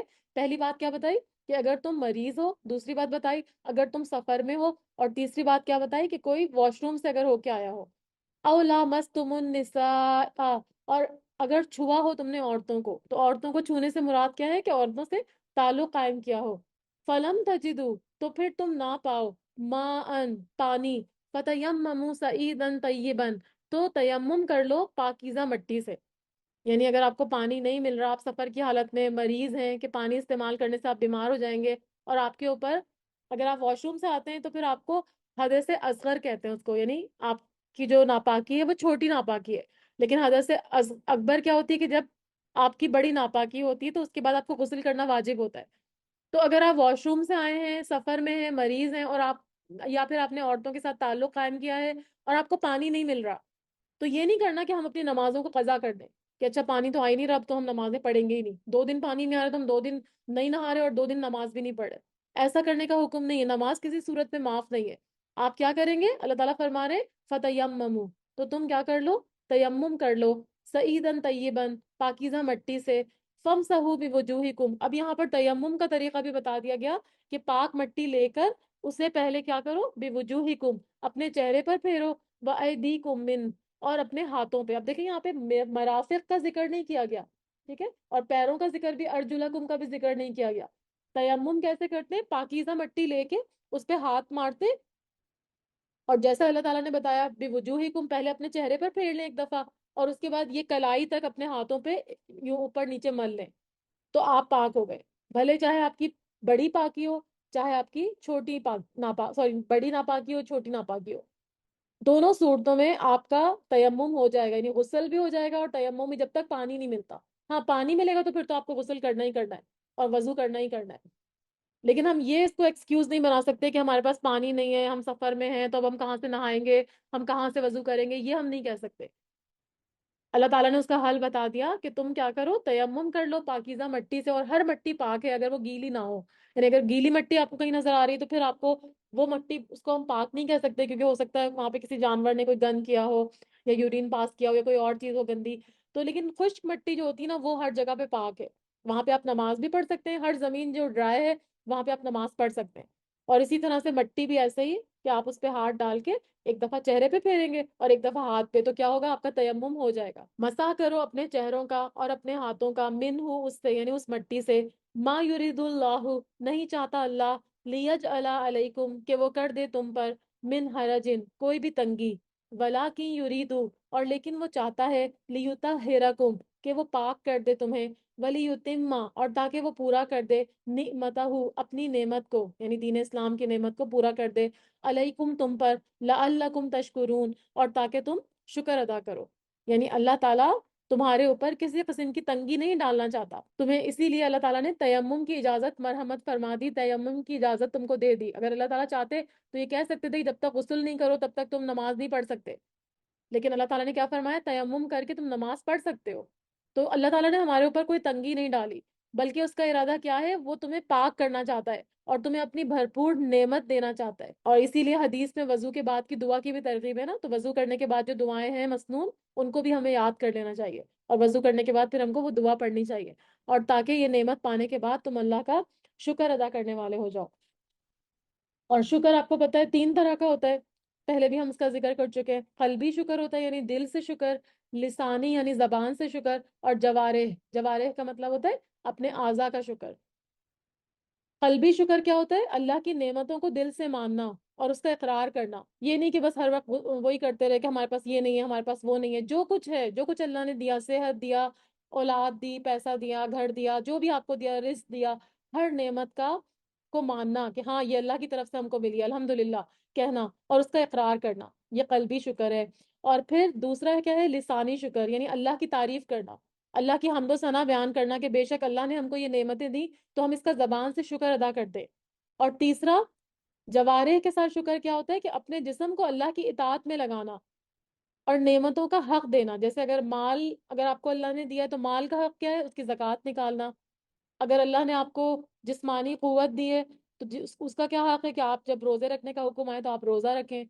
تو اپنے جسم کو اللہ کی اطاعت میں لگانا، یہ، اور نعمتوں کا حق دینا، یعنی دوسروں کو بھی ان نعمتوں میں شریک کرنا۔ ٹھیک ہے؟ تو ایک ورڈ شکر یوز ہوتا ہے اور ایک حمد یوز ہوتا ہے نا، تو حمد زبان سے کی جاتی ہے، اور شکر جو ہے وہ 3 طرح کا ہوتا ہے، قلبی، لسانی اور جوارح، جس کی کہ میں نے آپ کو ڈیٹیل بتائی۔ تو ہمیں ہر وقت اللہ کا شکر ادا کرنا چاہیے۔ ہم کیا کرتے ہیں؟ ہر وقت اللہ کے ساتھ شکوے اور شکایتیں کر رہے ہوتے ہیں کہ ہمارے پاس یہ نہیں ہے، ہمارے ساتھ یہ ہو گیا، ہمارے ساتھ وہ ہو گیا۔ تو ہمیں ایسا کرنے کا حکم نہیں ہے، اسپیشلی ہم عورتوں کے لیے یہ بات ہے، میرے لیے بھی خود اسپیشلی، اور ہم سب کے لیے، کہ ہمیں ہر وقت اللہ کا شکر ادا کرتے رہنا چاہیے، قلبی، لسانی اور جوارح کے ساتھ۔ کیونکہ جو لوگ شکر کرتے ہیں تو اللہ تعالیٰ ان کو پھر مزید نعمتوں سے نوازتے ہیں۔ بس کرو نعمت اللہ، اور یاد کرو نعمت کو اللہ کی، یعنی جو نعمت بھی اللہ نے ہم کو دی ہے، سب سے بڑی نعمت ہمارے پاس کیا ہے؟ اسلام، دین اسلام کی نعمت، کہ ہم ایک مسلمان گھر میں پیدا ہوئے۔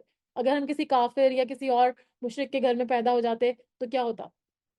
ہم وہی بن جاتے، کیونکہ ہمارے والدین ہم کو وہی بنا دیتے جس مذہب کے بھی گھر میں ہم پیدا ہوتے۔ تو یہ بہت بڑا احسان ہے اللہ کا کہ اللہ نے ہم کو ایک مسلمان گھرانے میں پیدا کیا، کہ ہم پیدا ہوئے تو ہم نے اذان کی آواز سنی، قرآن کی آواز سنی، اپنے پیرنٹس کو، اپنے گھر والوں کو نماز پڑھتے ہوئے دیکھا، قرآن پڑھتے ہوئے دیکھا۔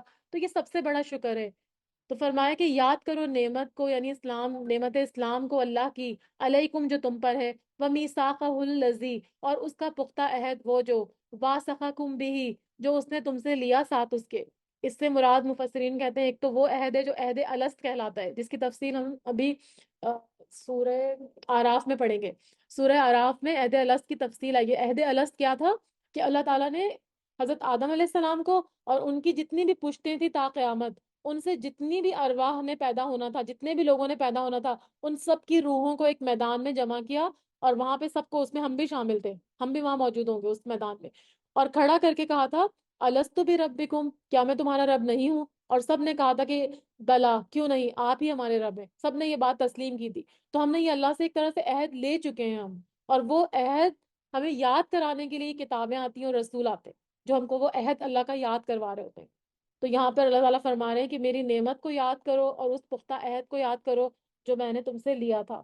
اور پھر جیسے میں نے آپ کو بتایا کہ یہ وعدہ الست یا عہد الست بھی مراد ہے، اور اس کے علاوہ جتنے بھی کوئی بھی عہد جو ہم آپس میں کرتے ہیں، یعنی ہم نے ایک تو کلمہ پڑھ کے لا الہ الا اللہ، اشہد ان لا الہ الا اللہ محمد رسول اللہ، یہ بھی تو ایک عہد ہے نا۔ اسی طرح سے جو بھی ہم نے جیسے مسلمانوں نے جو بھی معاہدے کیے، جو بھی عہد کیے، جو بھی اللہ تعالیٰ کے بیچ میں شریک یا گواہ بنا کر، تو ان سب کو پورا کرنے کا حکم ہے۔ صحیح ہے؟ تو فرمایا کہ اپنے عہد کو پورا کرو، وہ جو اس نے تم سے عہد لیا تھا ساتھ اس کے، اس قل تم، جب تم نے کہا تھا سمعنا و اطعنا، کہ ہم نے سنا اور ہم نے اطاعت کی۔ کیونکہ مسلمان کا یہی کام ہوتا ہے کہ جب بھی اللہ تعالیٰ کوئی اس کے اوپر، اس کو کوئی حکم دیتے ہیں، کوئی کام کرنے کو کہتے ہیں، اس سے کوئی عہد لیتے ہیں، تو وہ فوراً کیا کہتا ہے؟ سمعنا و اطعنا، ہم نے سنا اور ہم نے جان لیا، ہم نے مان لیا۔ یعنی ہم اس میں چوں چرا نہیں کرتے کہ ہم کیوں یہ مانیں، یہ تو ہماری عقل تسلیم ہی نہیں کر رہی، کیونکہ ہماری عقل ناقص ہے نا۔ اللہ تعالیٰ کے پاس کامل علم ہے، تو ہم اللہ تعالیٰ کی کسی بات پہ اعتراض نہیں کر سکتے۔ اللہ ہمارا خالق ہے، مالک ہے، مدبر ہے، تو جو اللہ نے ہم کو حکم دے دیا ہمیں اس کو ایز اٹ از ماننا ہوگا، ہم اس میں اعتراض نہیں کر سکتے۔ تو ہم صرف یہ کہیں گے سمعنا و اطعنا، ہم نے سنا اور ہم نے مان لیا۔ پھر فرمایا واتقوا اللہ، اور اللہ سے ڈرو، ان اللہ علیم بذات الصدور، اور بے شک اللہ تعالیٰ خوب جاننے والا ہے سینوں کے بھید، یعنی جو ہمارے دلوں میں چھپا ہوا ہے وہ سب کچھ اللہ تعالیٰ بہت خوب جانتے ہیں۔ اللہ تعالیٰ کے پاس کوئی بھی چیز پوشیدہ نہیں ہے، دلوں کے راز جو ہمارے سینے کے اندر موجود ہیں وہ سارے کے سارے اللہ تعالیٰ کو معلوم ہے، اللہ تعالیٰ ان سب کے بارے میں جانتے ہیں۔